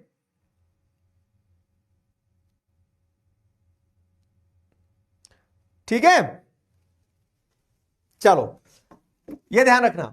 आ जाओ, तो अपन ने लैंड के बारे में बहुत कुछ पढ़ लिया, लैंड का यूटिलाइजेशन, लैंड यूटिलाइजेशन इंडिया पढ़ लिया अपन ने सारे लैंड यूटिलाइजेशन के पैरामीटर समझ लिए। बट द प्रॉब्लम इज कि लैंड है ना, over the period of time degrade हो रही है। लैंड जो हो रही है डिग्रेडेशन, लैंड डिग्रेडेशन का मतलब क्या होता है कि देखो लैंड कितनी एसेंशियल है, एसेंशियल है हमारे लिए, हमारा खाना, हमारा छत मतलब हमारा घर, ठीक है, हमारे कपड़े भी जमीन पे तो बनते फैक्ट्री में। ठीक है, तो एवरीथिंग कम्स फ्रॉम लैंड। ठीक है, हर चीज जो है जमीन से जुड़ी हुई है। ठीक है, और इसको जमीन को बचाए रखना भी जरूरी है। क्यों? क्योंकि अगर इसको आज नहीं बचाएंगे तो हमारी फ्यूचर जनरेशन, ऐसा तो नहीं कि फ्यूचर जनरेशन पंख लग के पैदा होगी कि पंछी बन उड़ता फिर, फ्यूचर जनरेशन के लिए भी तो आपको कुछ सोचना होगा, समझना होगा ना। तो फ्यूचर जनरेशन के लिए इट इज वेरी इंपॉर्टेंट कि फ्यूचर जनरेशन के लिए भी जमीन बचना चाहिए। बट दी कह सकते हैं ना, बैड थिंग इज कि land over the period of time degrade होते जा रही है, खराब होते जा रही है, विनाश की तरफ जा रही है जमीन। ठीक है, लैंड डिग्रेडेशन हो रहा है। ठीक है, जमीन का नुकसान हो रहा है। क्यों नुकसान हो रहा है, कैसे हो रहा है, क्या हो रहा है, ये समझना पड़ेगा। लैंड का डिग्रेडेशन हो रहा है over the period of time. तो लैंड डिग्रेडेशन क्या है, कैसे है, वो समझते हैं। ठीक है, तो लैंड डिग्रेडेशन की अगर बात करें हम, तो लैंड डिग्रेडेशन क्या है? देखो, लैंड डिग्रेडेशन इज बेसिकली जमीन की क्वालिटी का डेटोरिएट होना, खत्म होना। और उसके पीछे के कारण क्या है? तो उसके पीछे के सारे कारण यहाँ है। मैं एक तुम्हें एक एग्जांपल दे रहा हूं, इस एग्जांपल से तुम्हें टॉपिक बहुत अच्छे समझ में आएगा। मेरा सर दर्द हो रहा है, ओ बाप रे, ठीक है, तो सर दर्द हो रहा है तो उसके कारण क्या है कि मान लो मैंने नींद पूरी नहीं करी, ठीक है, तो सर दर्द है, लैंड डिग्रेडेशन। कारण क्या है? जैसे नींद पूरी नहीं करी, तो जैसे मान लो कारण क्या है कि लैंड डिग्रेडेशन हो रहा है पेड़ काटने के कारण, डिफॉरेस्टेशन के कारण लैंड डिग्रेडेशन हो रहा है।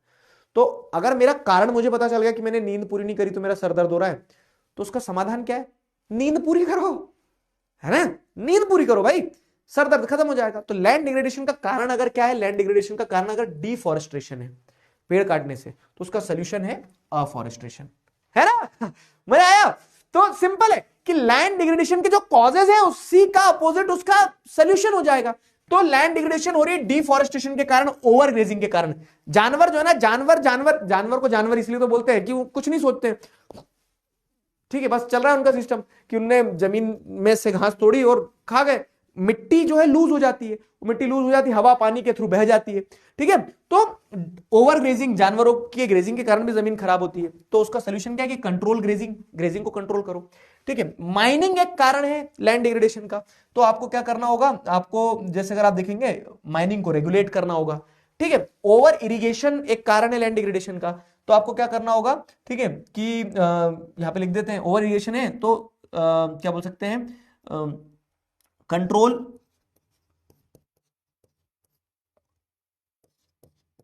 ओवर इरिगेशन, इरिगेशन को प्रॉपर तरीके से कंट्रोल किया जाए, ड्रिप इरिगेशन सिस्टम वगैरह, स्प्रिंकलर्स वगैरह, ये सारी चीजें चलाई जाए, ठीक है। तो डिफॉरेस्टेशन का, फॉरेस्टेशन हो गया, ओवर ग्रेजिंग का कंट्रोल हो गया, ओवर ग्रेजिंग का, माइनिंग का, आप माइनिंग को रेगुलेट करो, ओवर इरिगेशन का आप इरिगेशन को कंट्रोल करो। इंडस्ट्रियल वेस्ट जो है तो उस इंडस्ट्रियल वेस्ट को प्रॉपर तरीके से ट्रीट किया जाए, इंडस्ट्रियल वेस्ट को, ठीक है। डस्ट पोल्यूशन और वाटर लॉगिंग वगैरह जो है तो वो वेस्टलैंड वगैरह उसको रिक्लेम करा जाओ। तो लैंड डिग्रेडेशन के कॉजेज और उसके जो कंजर्वेशन मेजर्स है वो जुड़े हुए हैं, ये समझाना चाह रहा हूं मैं, ठीक है। अब पॉइंट क्या है ना कि कहां पे किस कारण से लैंड डिग्रेड हो रही है। तो जैसे अगर आप मान रहे हैं क्या, जैसे अगर आप देख रहे हो कि ओवर ग्रेजिंग, तो राजस्थान और गुजरात ऐसे स्टेट थे जहां पे ट्राइबल कम्युनिटीज ऐसी रहती है जिनके पास जानवर है बहुत ज्यादा, ठीक है। जैसे आप बंजारास वगैरह को देखेंगे तो वो जानवरों के साथ रहते हैं अधिकतर, तो वो जानवर खाने के लिए ग्रेजिंग तो करेंगे ना। तो जब जानवर खाने के लिए ग्रेजिंग करेंगे तो वहां की जमीन ओवर ग्रेजिंग के कारण डिग्रेड होगी। तो ओवर इरिगेशन हो रहा है राजस्थान और गुजरात वाले एरियाज में, क्योंकि इस पे एमसीक्यूज बनते हैं, इस पे एमसीक्यूज बनते हैं। इस थॉट के साथ में मैं तुम्हें बता रहा हूं कि इस चैप्टर के इस टॉपिक में मैं हाईलाइट करते चल रहा हूं, ये वाला जो है ना, तो स्टार लगा दिया, important for MCQs, important for MCQs.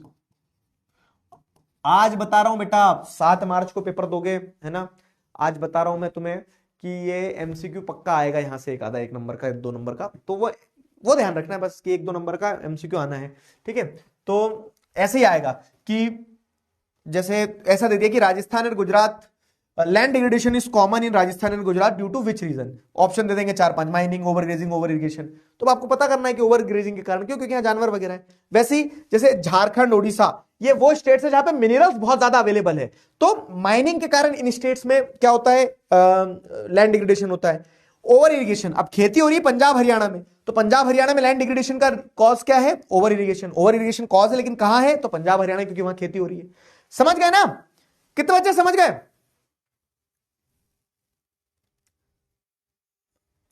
Shreya Patel, मैं तुम्हारे पापा को फोन लगा दूंगा बेटा, आई लव यू आदर्श लिख रही हो चैट में, बताओ मैं तुम्हें।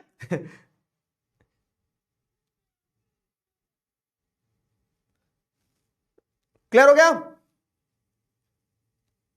आएगा, देखो जिनके ब्रह्मास्त्र, मेजोरिटी बच्चों के पहुंच गए। और अभी सुनो मेरी बात, 15 तारीख को ब्रह्मास्त्र का इस्तेमाल करना है, 15 तारीख को ब्रह्मास्त्र चलाना है तुम्हें पहला। तब तक तो पढ़ लो ना अभी चुपचाप, 15 तारीख तक सबका पहुंच जाएगा।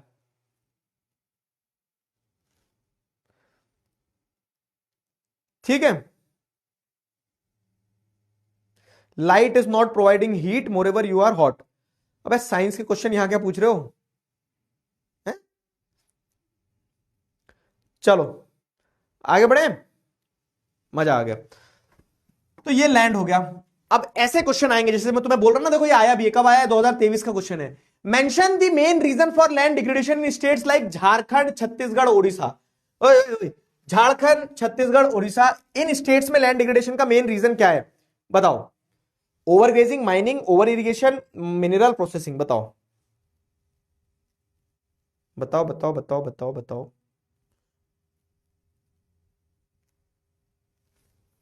लीडर बोर्ड दिखा देता हूं मैं तुम्हें, आओ पिछले वाले क्वेश्चन का। पिछले वाले क्वेश्चन में जो विजेता थे अनुभव द्विवेदी, और एक दूसरे नंबर पर जो बच्चा आया उसने उसका नाम रखा है तेरा घर चले जाएगा ठीक है। नीरज, किरण कुमार, सूरज वर्मा, उत्कर्ष, रितेश, ऐशानी, समीर, अयान, नीतीश, ये सारे बच्चे जो हैं ये लीडर बोर्ड पे, तालियां बजा दो इनके लिए। पहले वाले क्वेश्चन में इन सारे बच्चों ने सही जवाब दिया था। इसका राइट आंसर क्या है सेकंड वाले का? Yes, many of you are guessing it right.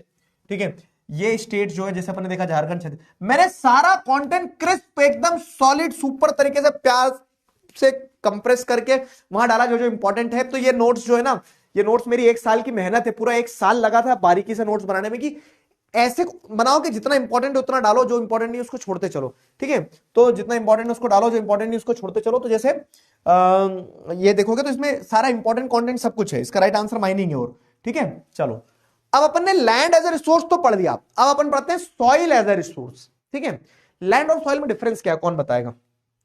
Land और सॉइल में क्या डिफरेंस है बताओ? लैंड और सॉइल में क्या डिफरेंस है मेरे प्यारे बच्चे, बता दो जल्दी से। और कितनी देर क्लास चलेगी? जब तक चैप्टर रहेगा तब तक क्लास चलेगी, मतलब हो जाएगी ना, बस लास्ट टॉपिक है अपना, फिर उसके बाद में क्वेश्चन दूंगा तुम्हें, होमवर्क क्वेश्चन।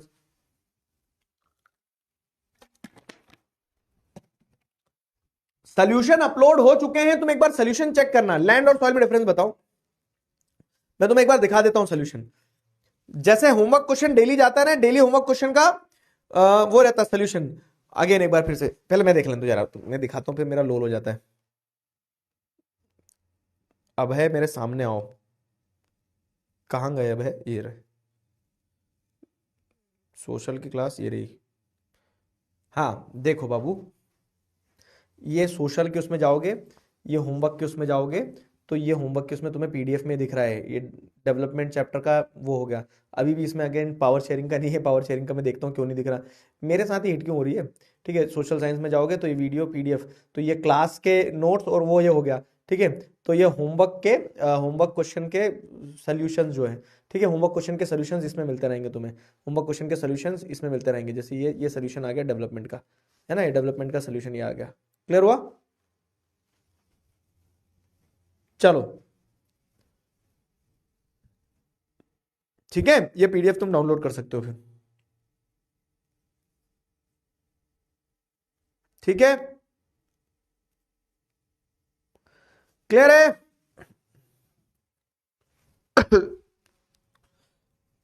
नीचे नीचे एक टाइल बनी हुई है अलग से। अब आज जो होमवर्क क्वेश्चन मिलेंगे इसका सोल्यूशन तुम्हें कल मिलेगा, तुम अपने से पहले होमवर्क करना तो सही सॉल्व।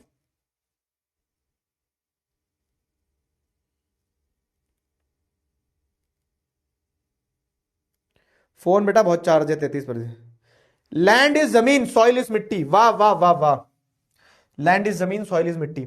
हाँ तो मतलब to a large extent you people are giving right answer. देखो लैंड क्या है ना, लैंड पूरा ये हिस्सा, तो पहाड़, प्लेटू, प्लेन सब लैंड है। और उस पूरी लैंड का एक सेगमेंट जो है वो क्या कहलाता है, उस पूरी लैंड का एक सेगमेंट जो है वो क्या कहलाता है, वो सॉइल कहलाता है। वो एक सेगमेंट क्या है, जो top layer of the land रहती है ना, जो top layer of the land जो होती है, वो top layer of the land is known as soil. ठीक है, top layer of the land जो है it is known as soil. Top layer of the land को आप क्या कहोगे, सॉइल कहोगे। समझ गए? Top layer of the land is known as soil. Clear? Top layer of the land is known as soil, upper layer of the land is known as, हाँ। तो अब अगर हम जैसे लैंड एज अ रिसोर्स समझ चुके हैं, land degrade हो रही है, लैंड के कंजर्वेशन के क्या मेजर्स है वो सब कुछ समझ लिया, तो सॉइल एज अ रिसोर्स समझते हैं। तो सॉइल क्या है ना, सॉइल एक इंपॉर्टेंट रिन्यूएबल नेचुरल रिसोर्स है। और रिन्यूएबल कैसा है कि सॉइल क्या है ना, हमसे ही तो मिट्टी बनती है, मिट्टी का ये शरीर है मिट्टी में मिल जाएगा, वैसी वैसी कुछ पोम पढ़ी थी ना मैंने बचपन में, तो मिट्टी में ही तो मिल जाना है, वैसा कहते हैं ना घर वाले। तो वो हम रिन्यूएबल रिसोर्स क्यों कह रहे हैं सॉइल को, क्योंकि सॉइल अपने आप को बनाती रहती है, बिगाड़ती रहती है। सॉइल बनती है, ह्यूमस जो रहता है उससे सॉइल डेटोरिएट होती है, डिग्रेड होती है, टूटती है, और वही सॉइल फिर क्या है, हवा पानी के थ्रू उड़ के जाती है, बह के जाती है, कहीं और सेटल होती है। तो वो लैंड जो है वो बनती बिगड़ती रहती है, ठीक है, वो लैंड जो है बनती बिगड़ती रहती है। तो it is a important renewable natural resource, ठीक है। Relief, parent rock, climate, vegetation, ये सारे फैक्टर जो हैं ये इंपॉर्टेंट रोल प्ले कराते हैं। तो रिलीफ फीचर कैसा है किसी भी जमीन का, मतलब वहां पे पहाड़ है, प्लेटू है, क्या है, उस पर डिपेंड करेगा वहां मिट्टी कैसी है, ठीक है। पेरेंट रॉक दिखती बात है ना, जैसे पापा मम्मी होंगे वैसे ही बच्चे पैदा होंगे, ऐसा तो नहीं पड़ोसी की तरह दिखेंगे। तो पेरेंट रॉक मतलब नीचे जो रॉक है वैसी ही रॉक जो है वो ऊपर दिखेगी, ठीक है, वैसे ही रॉक ऊपर, मतलब नीचे जो रॉक है वैसी ही सॉइल ऊपर बनेगी। वहां क्लाइमेट कैसा है, वहां वेजिटेशन कैसा है, तो ये सारे फैक्टर जो है इस सॉइल फॉर्मेशन में एक इंपॉर्टेंट रोल प्ले करते हैं। और उस हिसाब से जैसे अगर अपन देखें तो सॉइल को इन कैरेक्टरिस्टिक्स, टेक्सचर हो गया, क्वालिटी हो गया, इनके हिसाब से सॉइल को अलग अलग कैटेगरीज में क्लासीफाई किया जा सकता है। इनके हिसाब से सॉइल को अलग अलग कैटेगरी में क्लासीफाई किया जा सकता है, ठीक है। इन्हीं के हिसाब से सॉइल को अलग अलग उसमें क्लासिफाई किया जा सकता है। क्लियर हुआ? इन्हीं के हिसाब से सॉइल को अलग अलग कैटेगरीज में क्लासिफाई किया जा सकता है। तो क्लासिफिकेशन ऑफ सॉइल अगर हम पढ़े हम, तो अब क्लासिफिकेशन ऑफ सॉइल यहां से शुरू होगा। लेकिन क्लासिफिकेशन ऑफ सॉइल के नाम पे तो सर आपने नीचे कुछ और दे दिया, क्यों? क्योंकि मैंने क्लासिफिकेशन ऑफ सॉइल का तुम्हें एक वो बताया है, क्या, एक हैक बताया है। तो सबसे पहले तो समझ लो कि इस चैप्टर से मैप वर्क क्या आता है। तो इस चैप्टर से मैप वर्क क्या आता है कि इंडिया में कहां कौन सी सॉइल पाई जाती है। तो मेजर सॉइल कौन सी है? Forest and mountain soil, alluvial soil, red and yellow soil, black soil, laterite soil और एरिड सॉइल।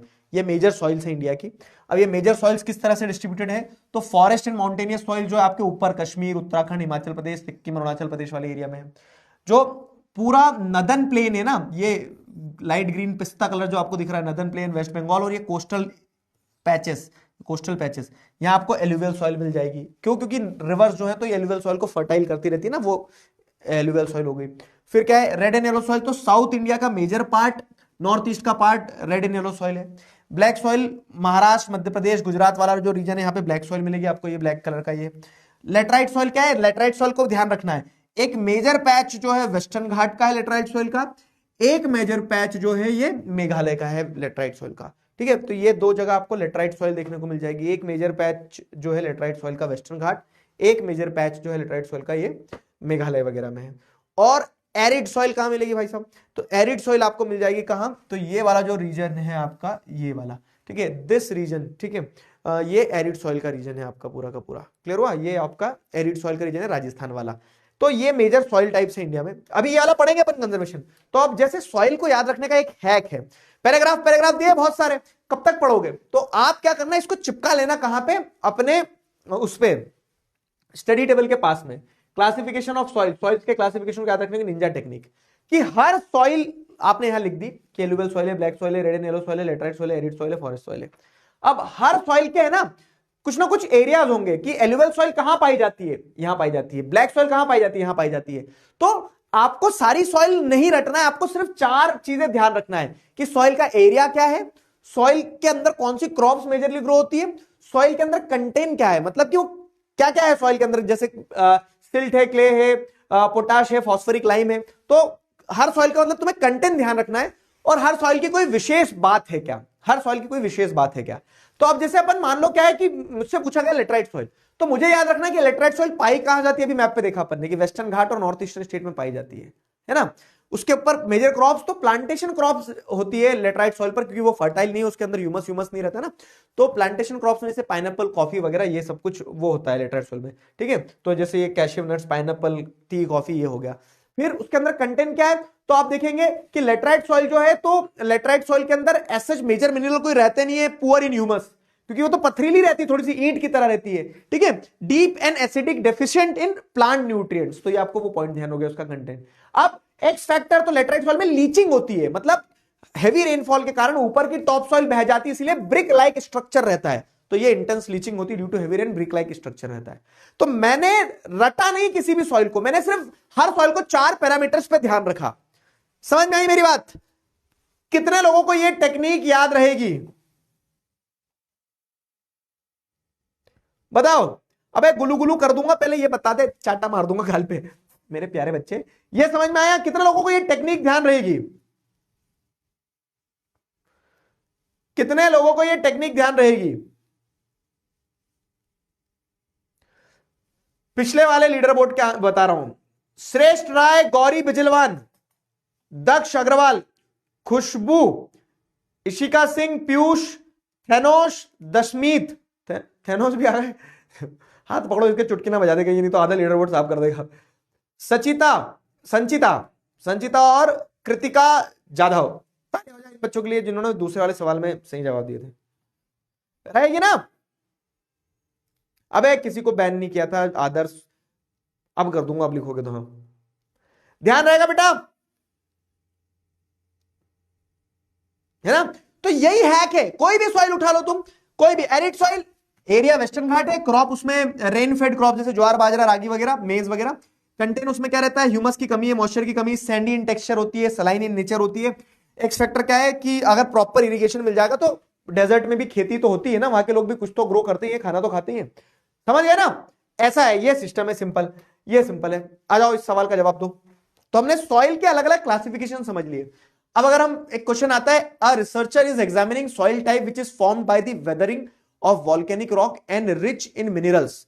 जैसे वॉल्केनिक इरप्शन के कारण कौन सी सॉइल बनती है, तो ये एक्स फैक्टर में अपन ने लिखा है कि एक सॉइल बनती है, कौन सी है? ठीक है, मिनरल्स बहुत होते हैं इसमें, तो मैंने चार्ट में सारा सब कुछ लिखा हुआ है और कि आसान रहे। तो कौन सी सॉइल बताओ, जल्दी बताओ, पोल आ रहा है बेटा। ये आया, ये आया, ये आया पोल, ठीक है? ध्यान रखना ही रटना होता है सर। अच्छा, मेरा कहने का मतलब ये कि थोड़ा सा आपको कनेक्ट करना होगा। जैसे ब्लैक सॉइल है तो आपको पता है कि ब्लैक सॉइल कॉटन ग्रो होता है, तो वो कॉटन तो महाराष्ट्र और गुजरात में ज्यादा ग्रो होता है, तो ब्लैक सॉइल वहां पाई जाती है कॉटन उसमें। तो आपने इसे कनेक्ट करा, आपने रटा नहीं, आपने लिंक्स जोड़े हैं। रटना क्या होता है कि बस black soil Maharashtra Gujarat, cotton Maharashtra Gujarat, नहीं, कनेक्ट करो ना आपस में, समझो। ठीक है, सेलेक्ट करो इसका जरा राइट आंसर क्या फटाफट से।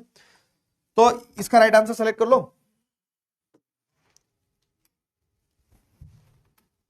हाँ, इसका राइट आंसर सेलेक्ट कर लिया, बहुत बढ़िया। मात्र 43% बच्चों ने, मात्र 43% बच्चों ने सी सेलेक्ट किया है। Black soil is the right answer.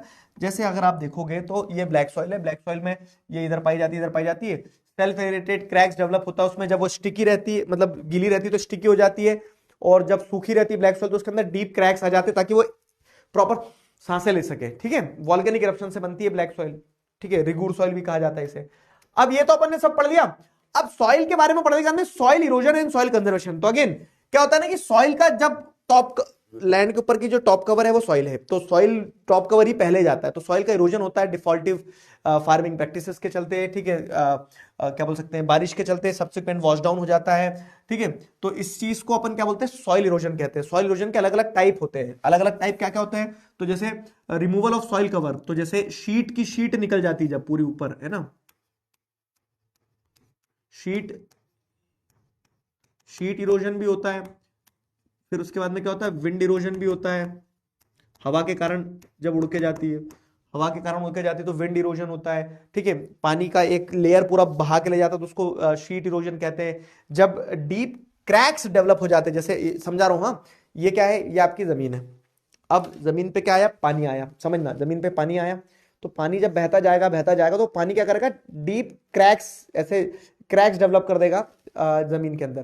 तो जब पानी गिर रहा है और पानी गिरने के कारण डीप क्रैक्स डेवलप होते हैं जमीन में, तो उसे क्या कहा जाता है, जब डीप क्रैक्स डेवलप होते हैं तो उसे क्या कहा जाता है, गली इरोजन कहा जाता है। ठीक है, तो जो चंबल रीजन है उसे, ये बैडलैंड डेवलप होती है जिन्हें रवाइंस भी कहा जाता है। तो ऐसे ऑब्जेक्टिव टाइप की चीजें ये ध्यान रखना है। और ठीक है, तो डीप क्रैक्स जो डेवलप होते हैं गली इरोजन कहते हैं इसको। तो ये सारे सॉइल इरोजन के टाइप हो गए।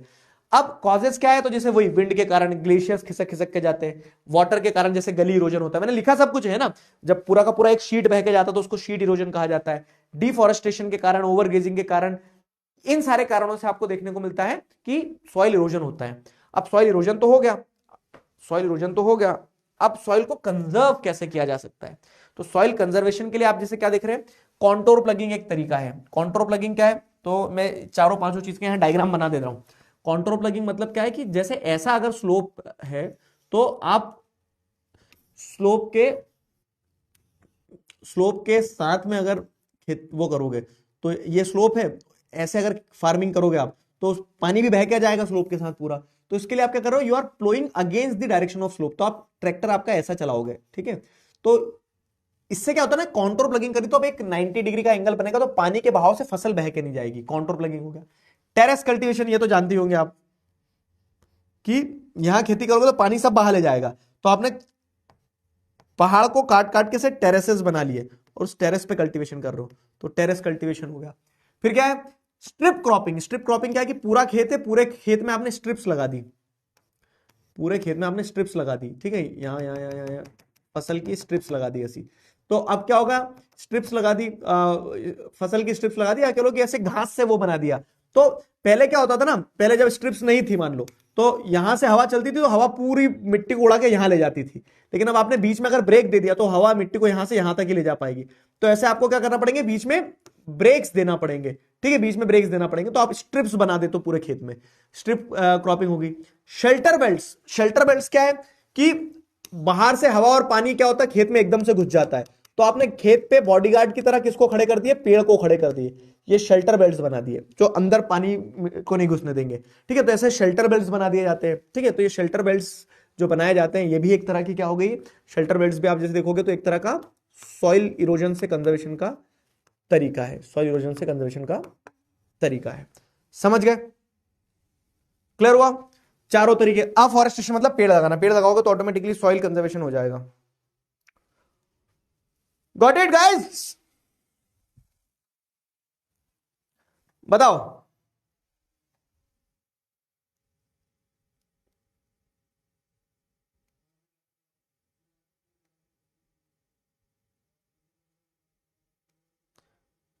ठीक है, आदर्श बेटा मैं ब्लॉक कर रहा हूं तुम्हें, रुक जाओ,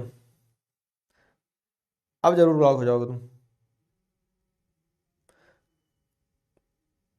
पिछले वाले लीडर बोर्ड के नाम बता देता हूं, गौरी, बिजलवान, अनुभव, द्विवेदी, दीप्ति, नीरज, आदि, थेनोस, थेनोस आगे बढ़ रहा है धीरे धीरे, 6वीं रैंक पे आ गया है, सुमित, अंश कश्यप, शौर्य और कृष्ण प्रिया,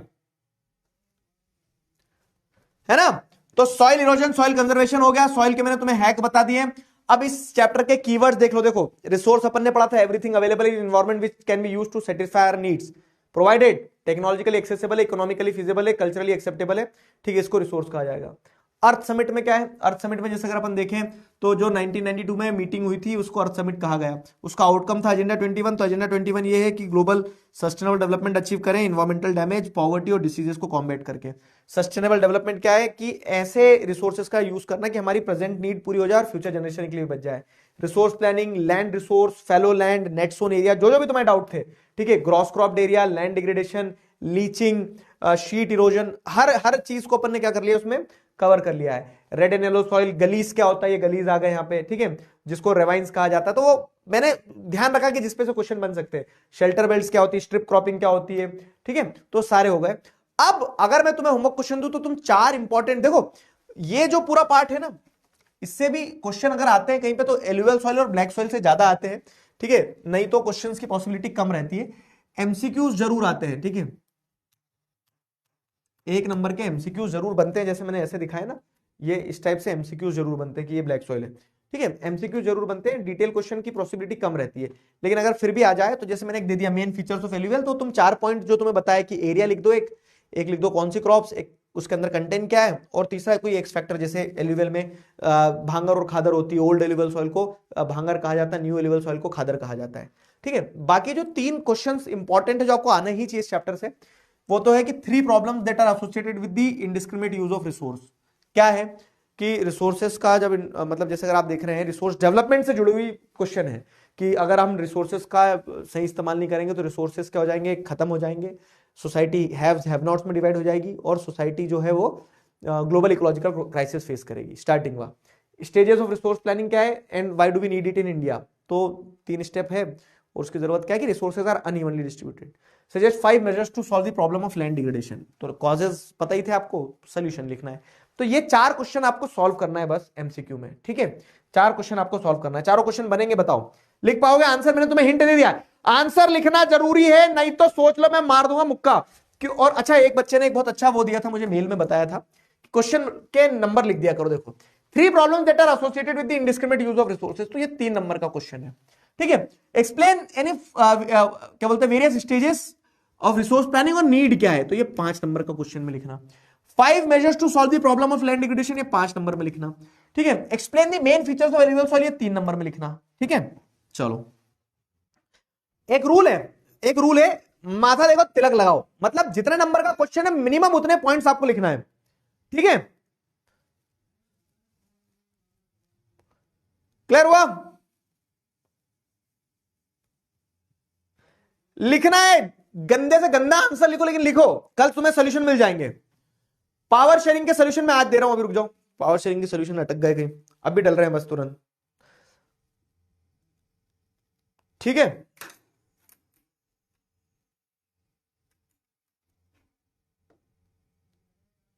क्लियर हुआ? चलो समझ में आ गया यहां तक?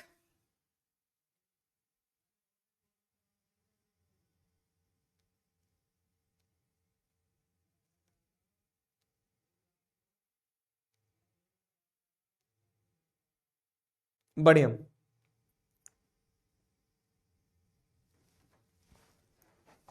चलो भाई, तो आज का हमारा कार्यक्रम होता है यहां पे समाप्त। कल मिलेंगे, तो कल टाइम टेबल में भी देखता हूं क्या है, कल हिस्ट्री का चैप्टर है अपना, है ना, कल हिस्ट्री का चैप्टर करेंगे अपन, तो टाइम टेबल भी देख लूंगा मैं। नहीं नहीं नहीं नहीं, अभी कितनी क्लास हुई है, 1 2 3, कल की क्लास और करने के बाद फिर डाउट सॉल्विंग क्लास रखेंगे एक अपन, ठीक है, फिर एक डाउट सॉल्विंग क्लास रखेंगे, यस। तो अभी तो जाओ, कल की क्लास के बाद में फिर डाउट सॉल्विंग क्लास है, ठीक है। तो अभी छुट्टी छुट्टी, चलिए तो let us wrap up today, will see you all tomorrow, मिलते हैं कल, तब तक अपना ध्यान रखो। अभी के लिए साइन ऑफ करते हैं, signing off with this together we can we will, thank you very much, bye bye, good night.